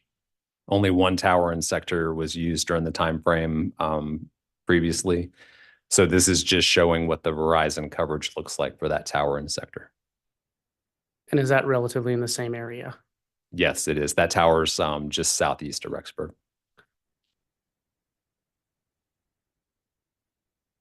And on slide 70? Just another zoomed in view to where you can see actual locations within Rexburg that tower and sector would provide coverage to. On slide 7, and again, if you can tell us the date of the information on this slide and then describe what the jury's seeing on slide 71. Sure. So we're looking at October 9th of 2019 between 12 o'clock and 29 seconds and 1:23 p.m. And what is the data that's being displayed? So this is all the Google location history during that time. And so I show 18 Google locations reported via Wi-Fi for Alex Cox's Google account.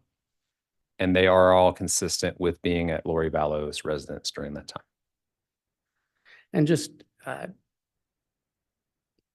Agent, is there a reason you looked at the geolocation and cellular data for October 9th of 2019? I was asked to look at that due to an attempted assault on Tammy Daybell that occurred that day. And if you can explain for the jury what they're seeing on slide 72. So here we're looking at October 9th at 1:05 p.m. And this is from the Homer J. Maximus Gmail account. Google also, if you opt in to have your search history maintained, then that would be stored associated with the account.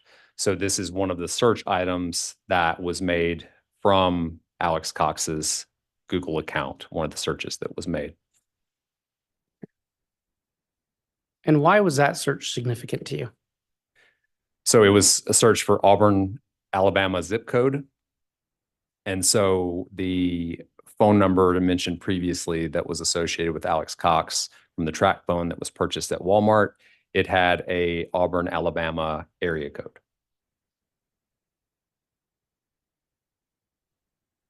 And what do we see on slide 73? So again, this is looking at Google location history associated with Alex Cox's Google account, showing that the device moved between 123 and 0 seconds to 123 and 32 seconds, consistent with going from Lori Vallow's apartment to Alex Cox's apartment.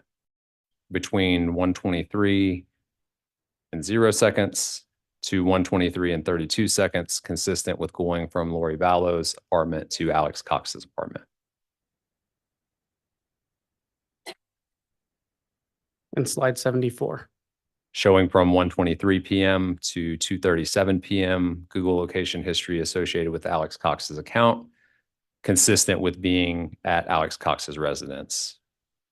And to clarify for the jury, and you may have already said this, but the Homer J. Maximus at Gmail information you obtained, was that on multiple devices?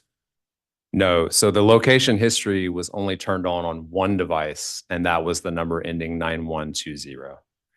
And so is that a different number than the number we just spoke about that had the Auburn, Alabama area code? Yes, sir, it is.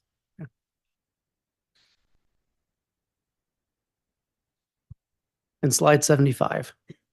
Showing on October the 9th between 2:37 and 2:40, Google location history from Alex Cox's account, consistent with movement to the northwest away from Alex Cox's apartment. And slide 76. Showing from 2:42 p.m. to approximately 3:14 p.m. Google location history associated with Alex Cox's account, consistent with traveling from Rexburg down towards Idaho Falls. And if you can point out the different areas that are on your legend. Sure. So up top, you can see different addresses of interest that were up in Rexburg. And then you can see GPS and Wi-Fi consistent with travel down to Idaho Falls. And this SW, which is the Sportsman's Warehouse in Idaho Falls.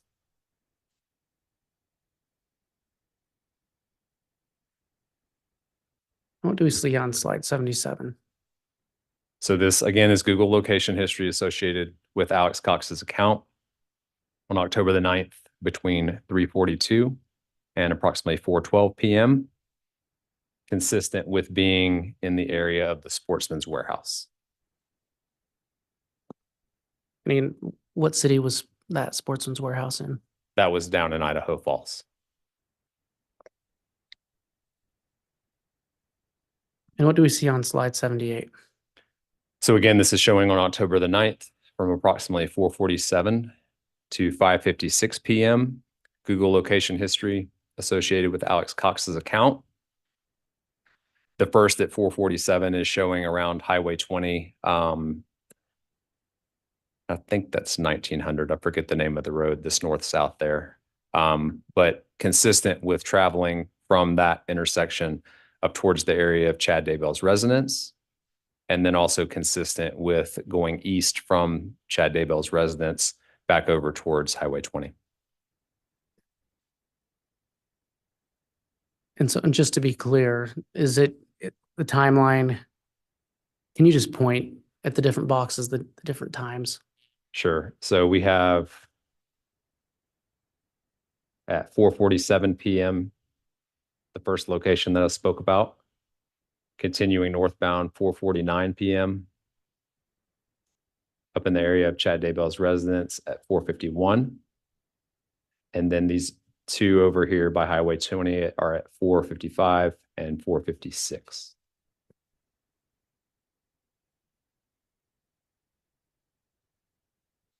And again, does this cover all the data or only within a specific margin of error?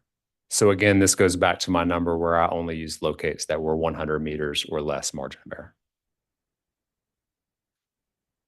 And then on slide 79, what do we see? So this is looking at the time window of October the 9th from approximately 4:57 p.m. to 5:03 p.m.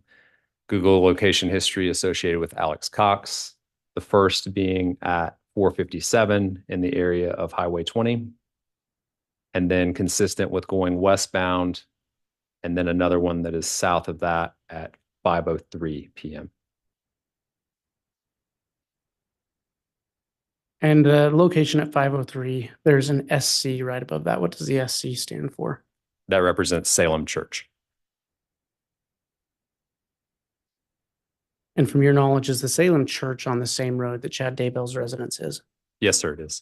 You know approximately the distance between the two locations? Approximately 2.5 miles. And what do we see on slide 80? So this is looking at Google location history associated with Alex Cox. October the 9th from approximately 5:16 p.m. till approximately 11:53 p.m. the same day.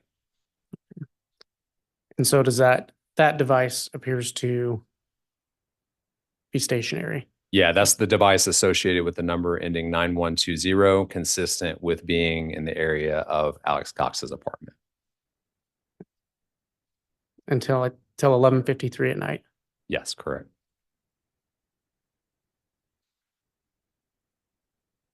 Can you tell us what we see on slide 81?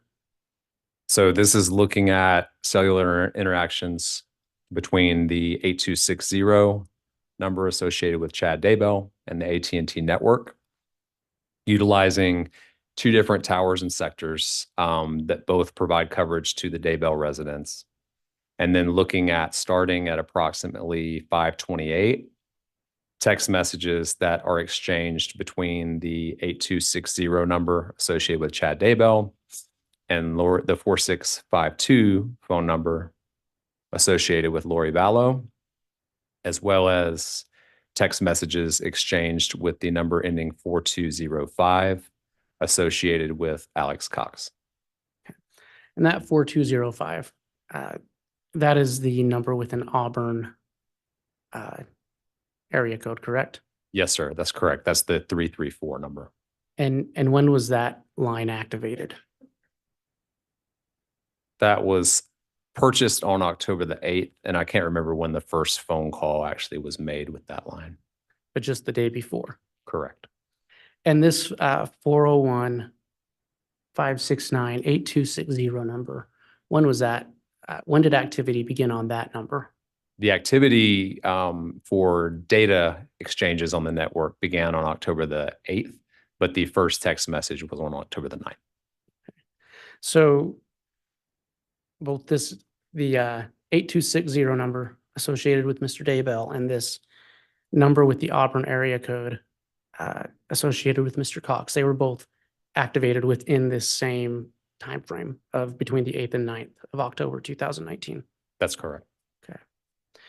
If you can go to this box and describe the activity that's going on there between the numbers that are shown.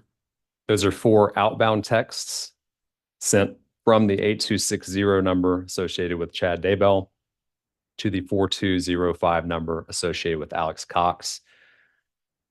713, 2 at 713, 1 at 8:35, and then 1 at 8:43. Okay. And I know it's a little tedious, but if you could do the same thing on the second box, the numbers that are being texted to and with the times. Sure. I'm not going to be able to point and read, but I'll go through them. So the first at 5:28 is an outbound SMS. 8260 associated with Chad Daybell sends a message to 4652 associated with Lori Vallow.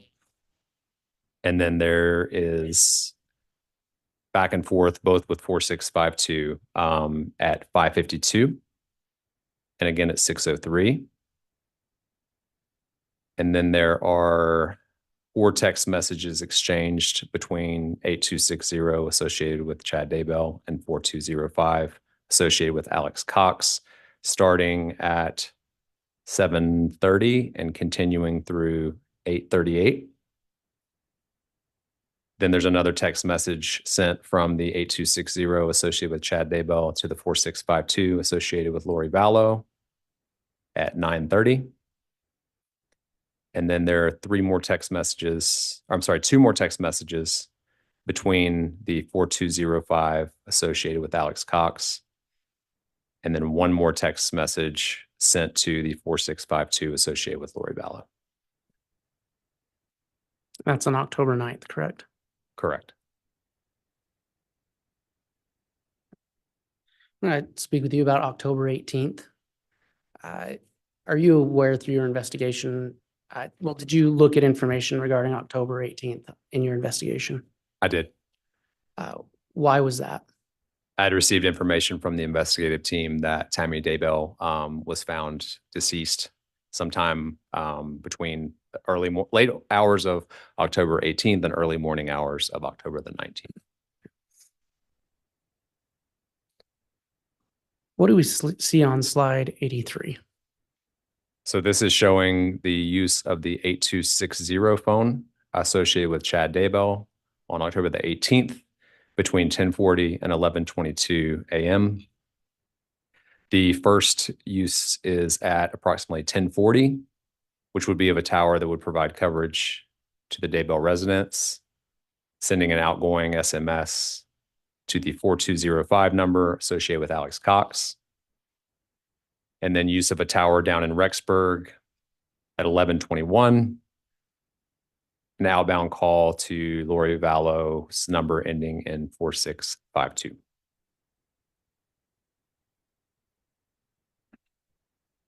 What do we see on slide 84? So the usage of two phones, both associated with Chad Daybell, the 8260, as well as the 9374 on October the 18th between 11:21 a.m. and 12:11 p.m., consistent with both phones being down in the area of Rexburg.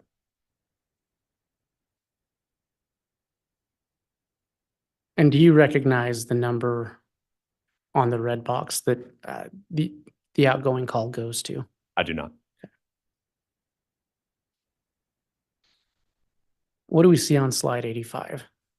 This is Google location history associated with Alex Cox on October the 18th between approximately 11:02 and 12:20, consistent with that device being at Lori Vallow's apartment. And that's from the Homer J. Maximus geolocation data, correct? That's correct.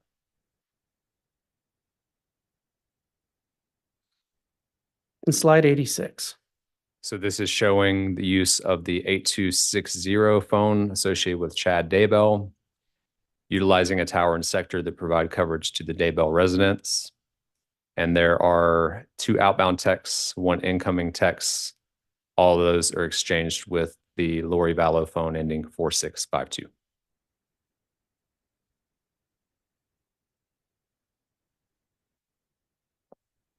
And on slide 87, what do we see? So the same thing, the 8260 phone's interaction with the AT&T network, utilizing two different towers and sectors that provide overlapping coverage to the Daybell residence on October the 18th between 1:36 p.m. and 8:54 p.m.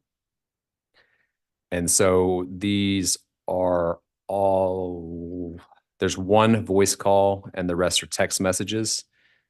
And the two numbers that those exchanges are occurring with are the 4652 Lori Vallow phone and then the 4205 Alex Cox phone. And in this second box, it looks like there's one with that Alex Cox phone. What time was that at? So I see an 8:44 and outbound text to the 4205 Alex Cox phone.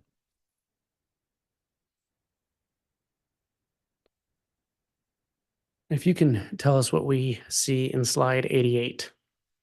So again, this is going to show interactions between the 8260 phone and the AT&T network, the 8260 phone being associated with Chad Daybell, utilizing two different towers and sectors that both provide coverage to the Daybell residence. And these are going to be all text messages back and forth with the 4205 number associated with Alex Cox. and I understand it's a bit tedious. In this first box, can you read the times of those messages? Sure. So we have 9:35 and incoming from the 4205 associated with Alex Cox. Is it okay if it's all right with the court? I'll just say whether it's an incoming or outgoing since they're all associated with the 4205. There's no objection. That's fine with me. It's fine. Okay, so you have at 9:35 an incoming, at 10:12 an outgoing,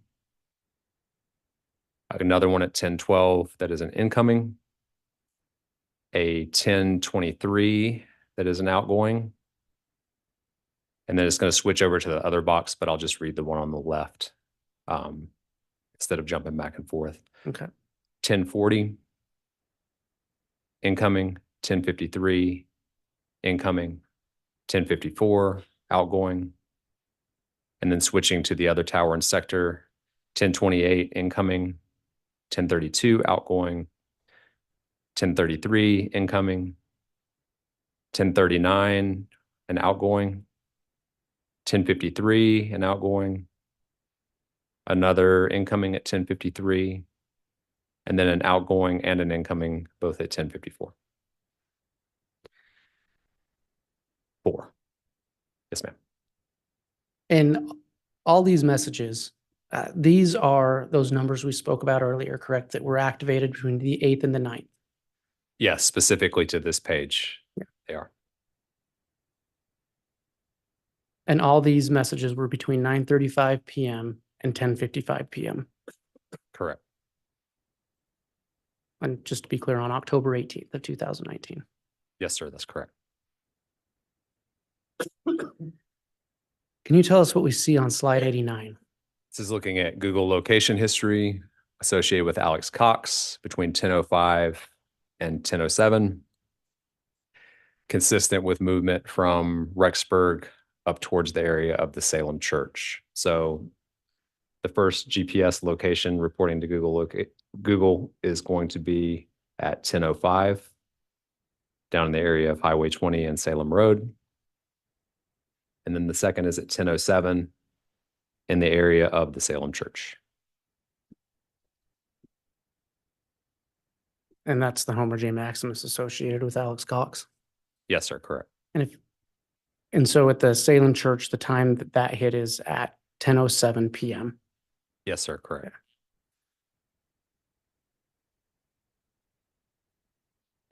And what do we see in slide 90? So this is zoomed in a little bit more on the Salem Church, and it's showing Google location history associated with Alex Cox between approximately on October the 18th, between approximately 10:07 and 10:45 p.m. And so there's 12 locations that are reported via Wi-Fi and one that's reported via GPS. And again, the 10:07, which was mentioned on the previous page, reported via GPS there. And then the other Wi-Fi locations are reported around the Salem Church.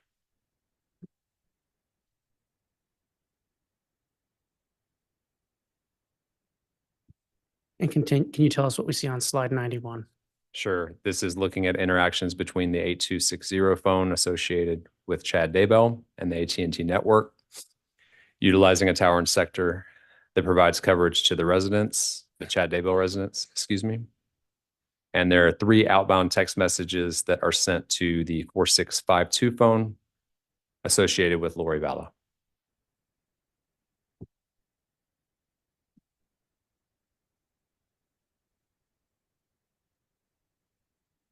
And what do we see on slide 92?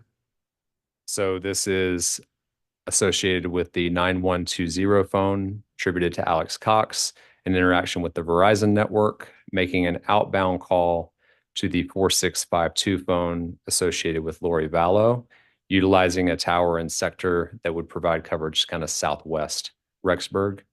And that call is approximately, it's 977 seconds. So approximately 16 minutes and 17 seconds, if I did my math right. So that's a call from a number associated with Alex Cox to a number associated with Lori Vallow? Yes, sir, that's correct. Okay. And this is down in the general Rexburg area, is that correct? Yes, sir. And so just for timing, I'm going to go back 2 slides. What was the last known time that the Homer J. Maximus account was located at the Salem Church? That was at approximately 10:45 and 26 seconds PM.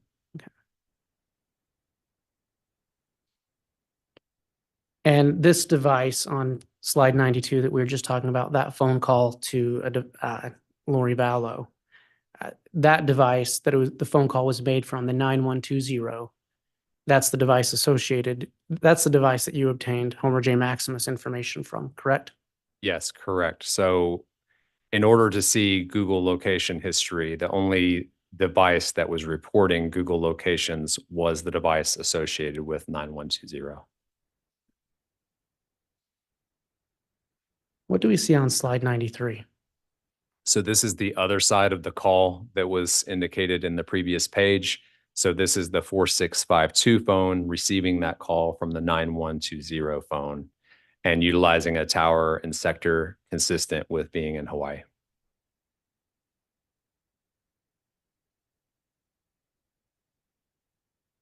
And slide 94. So this is showing Google location history starting at 11:54, and that Google location history again is associated with Alex Cox's account.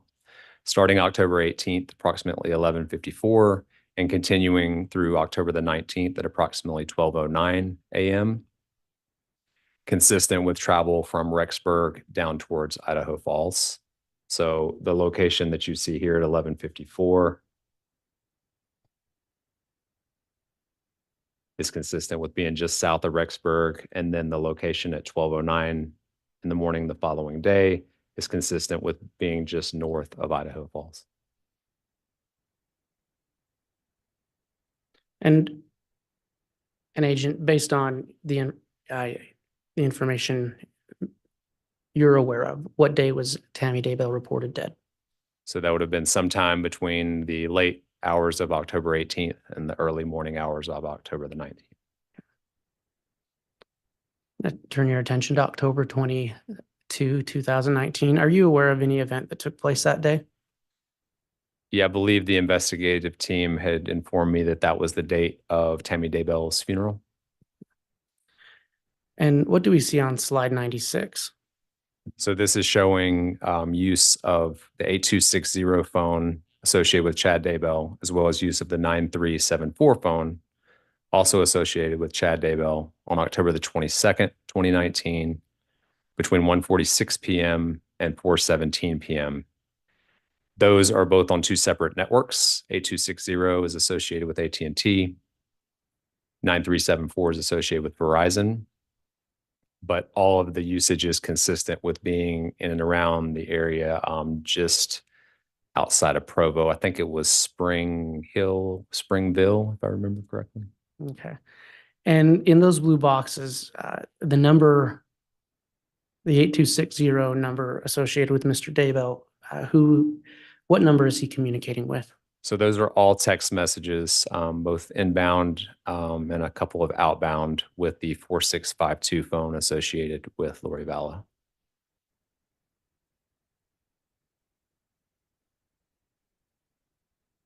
And on slide 97, what is the jury saying?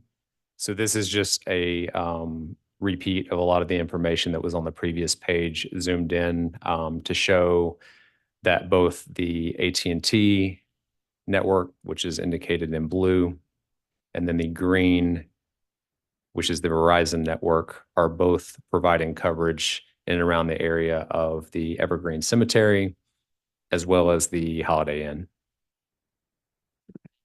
And the 401 or the 8260 number associated with Mr. Daybell, who was that communicating with? Again, it's a repeat from the previous, and it's showing communication with the 4652 phone associated with Lori Vallow.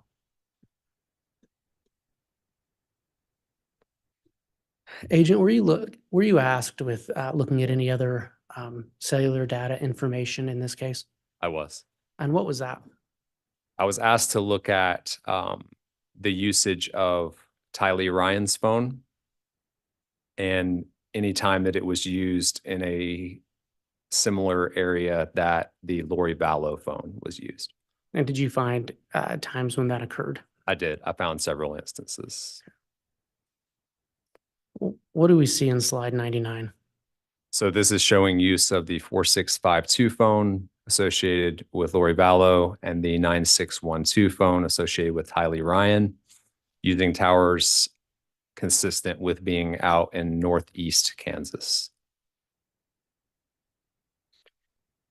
And just for clarity's sake, through your investigation, are you aware of the last known sighting of Tylee Ryan? I was. And when was that? That was in September of 2019. In slide 100, what are we seeing? So this is looking at October the 16th.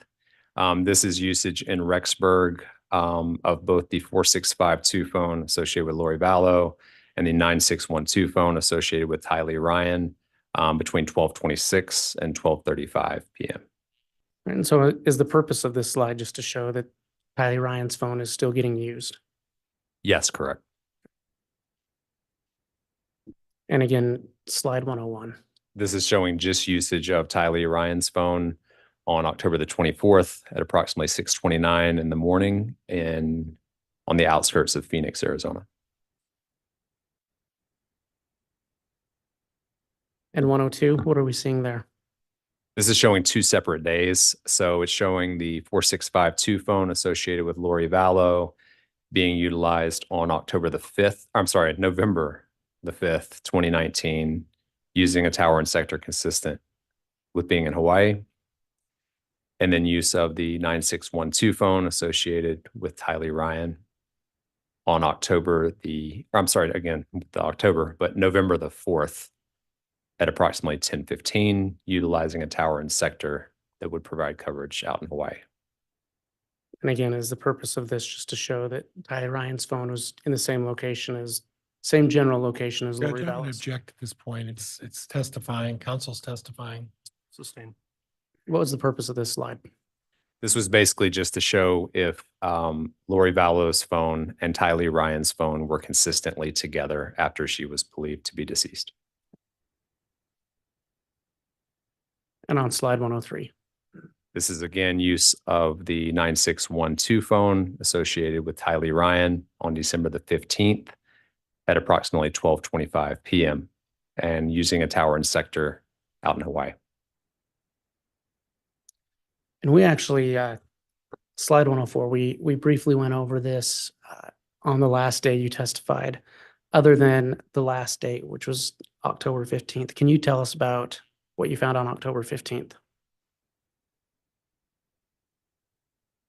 So again, this was just looking at any times that the Google account associated with Alex Cox had location information consistent with being in the area of the Chad Daybell residence. And so this was showing that on October the 15th between 1:41 and 1:52, 6 locations reported via Wi-Fi consistent with being in the area of the Chad Daybell residence.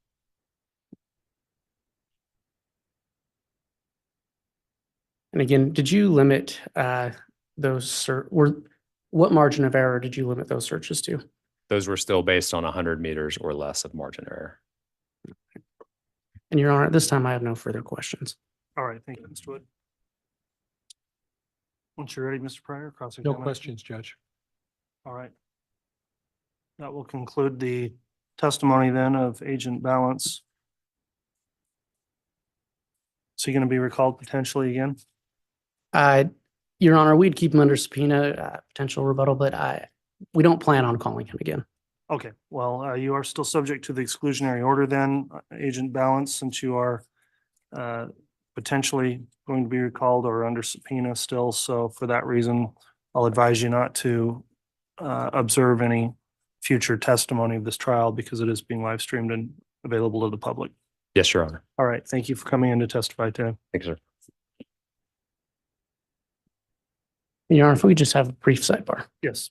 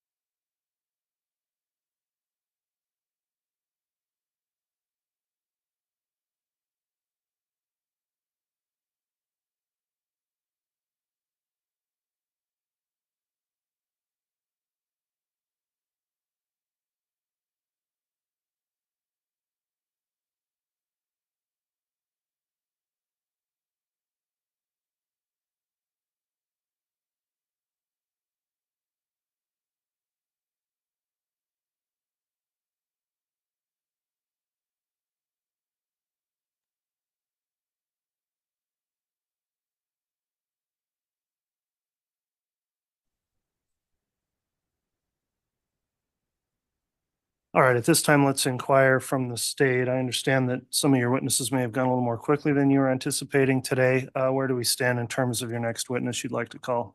Thank you, Your Honor. The state would just note at this time, we normally take a break during the day, and rather than do that, we would just propose that we end early today and pick back up in the morning. Okay, and you'll have a witness ready to go at 8:30? Yes, we will. And can you tell us who that, well, tell me after the fact if you'd like. That's okay. It'll be Dr. Marsden. Okay, thank you, just for our preparation. All right, we will go ahead, given the nature of scheduling today with your witnesses, we are going to conclude for today. So, ladies and gentlemen of the jury, thank you for your attendance today. Thank you, those in attendance, for obeying the court's conduct order. Please follow the court's admonishing instruction to not research the case in any way, avoid any immediate exposure to it that you can, and don't discuss the case or facts of the case amongst yourselves or with anyone else. We'll return for additional evidence tomorrow morning, and that will conclude evidence for today. All rise, please.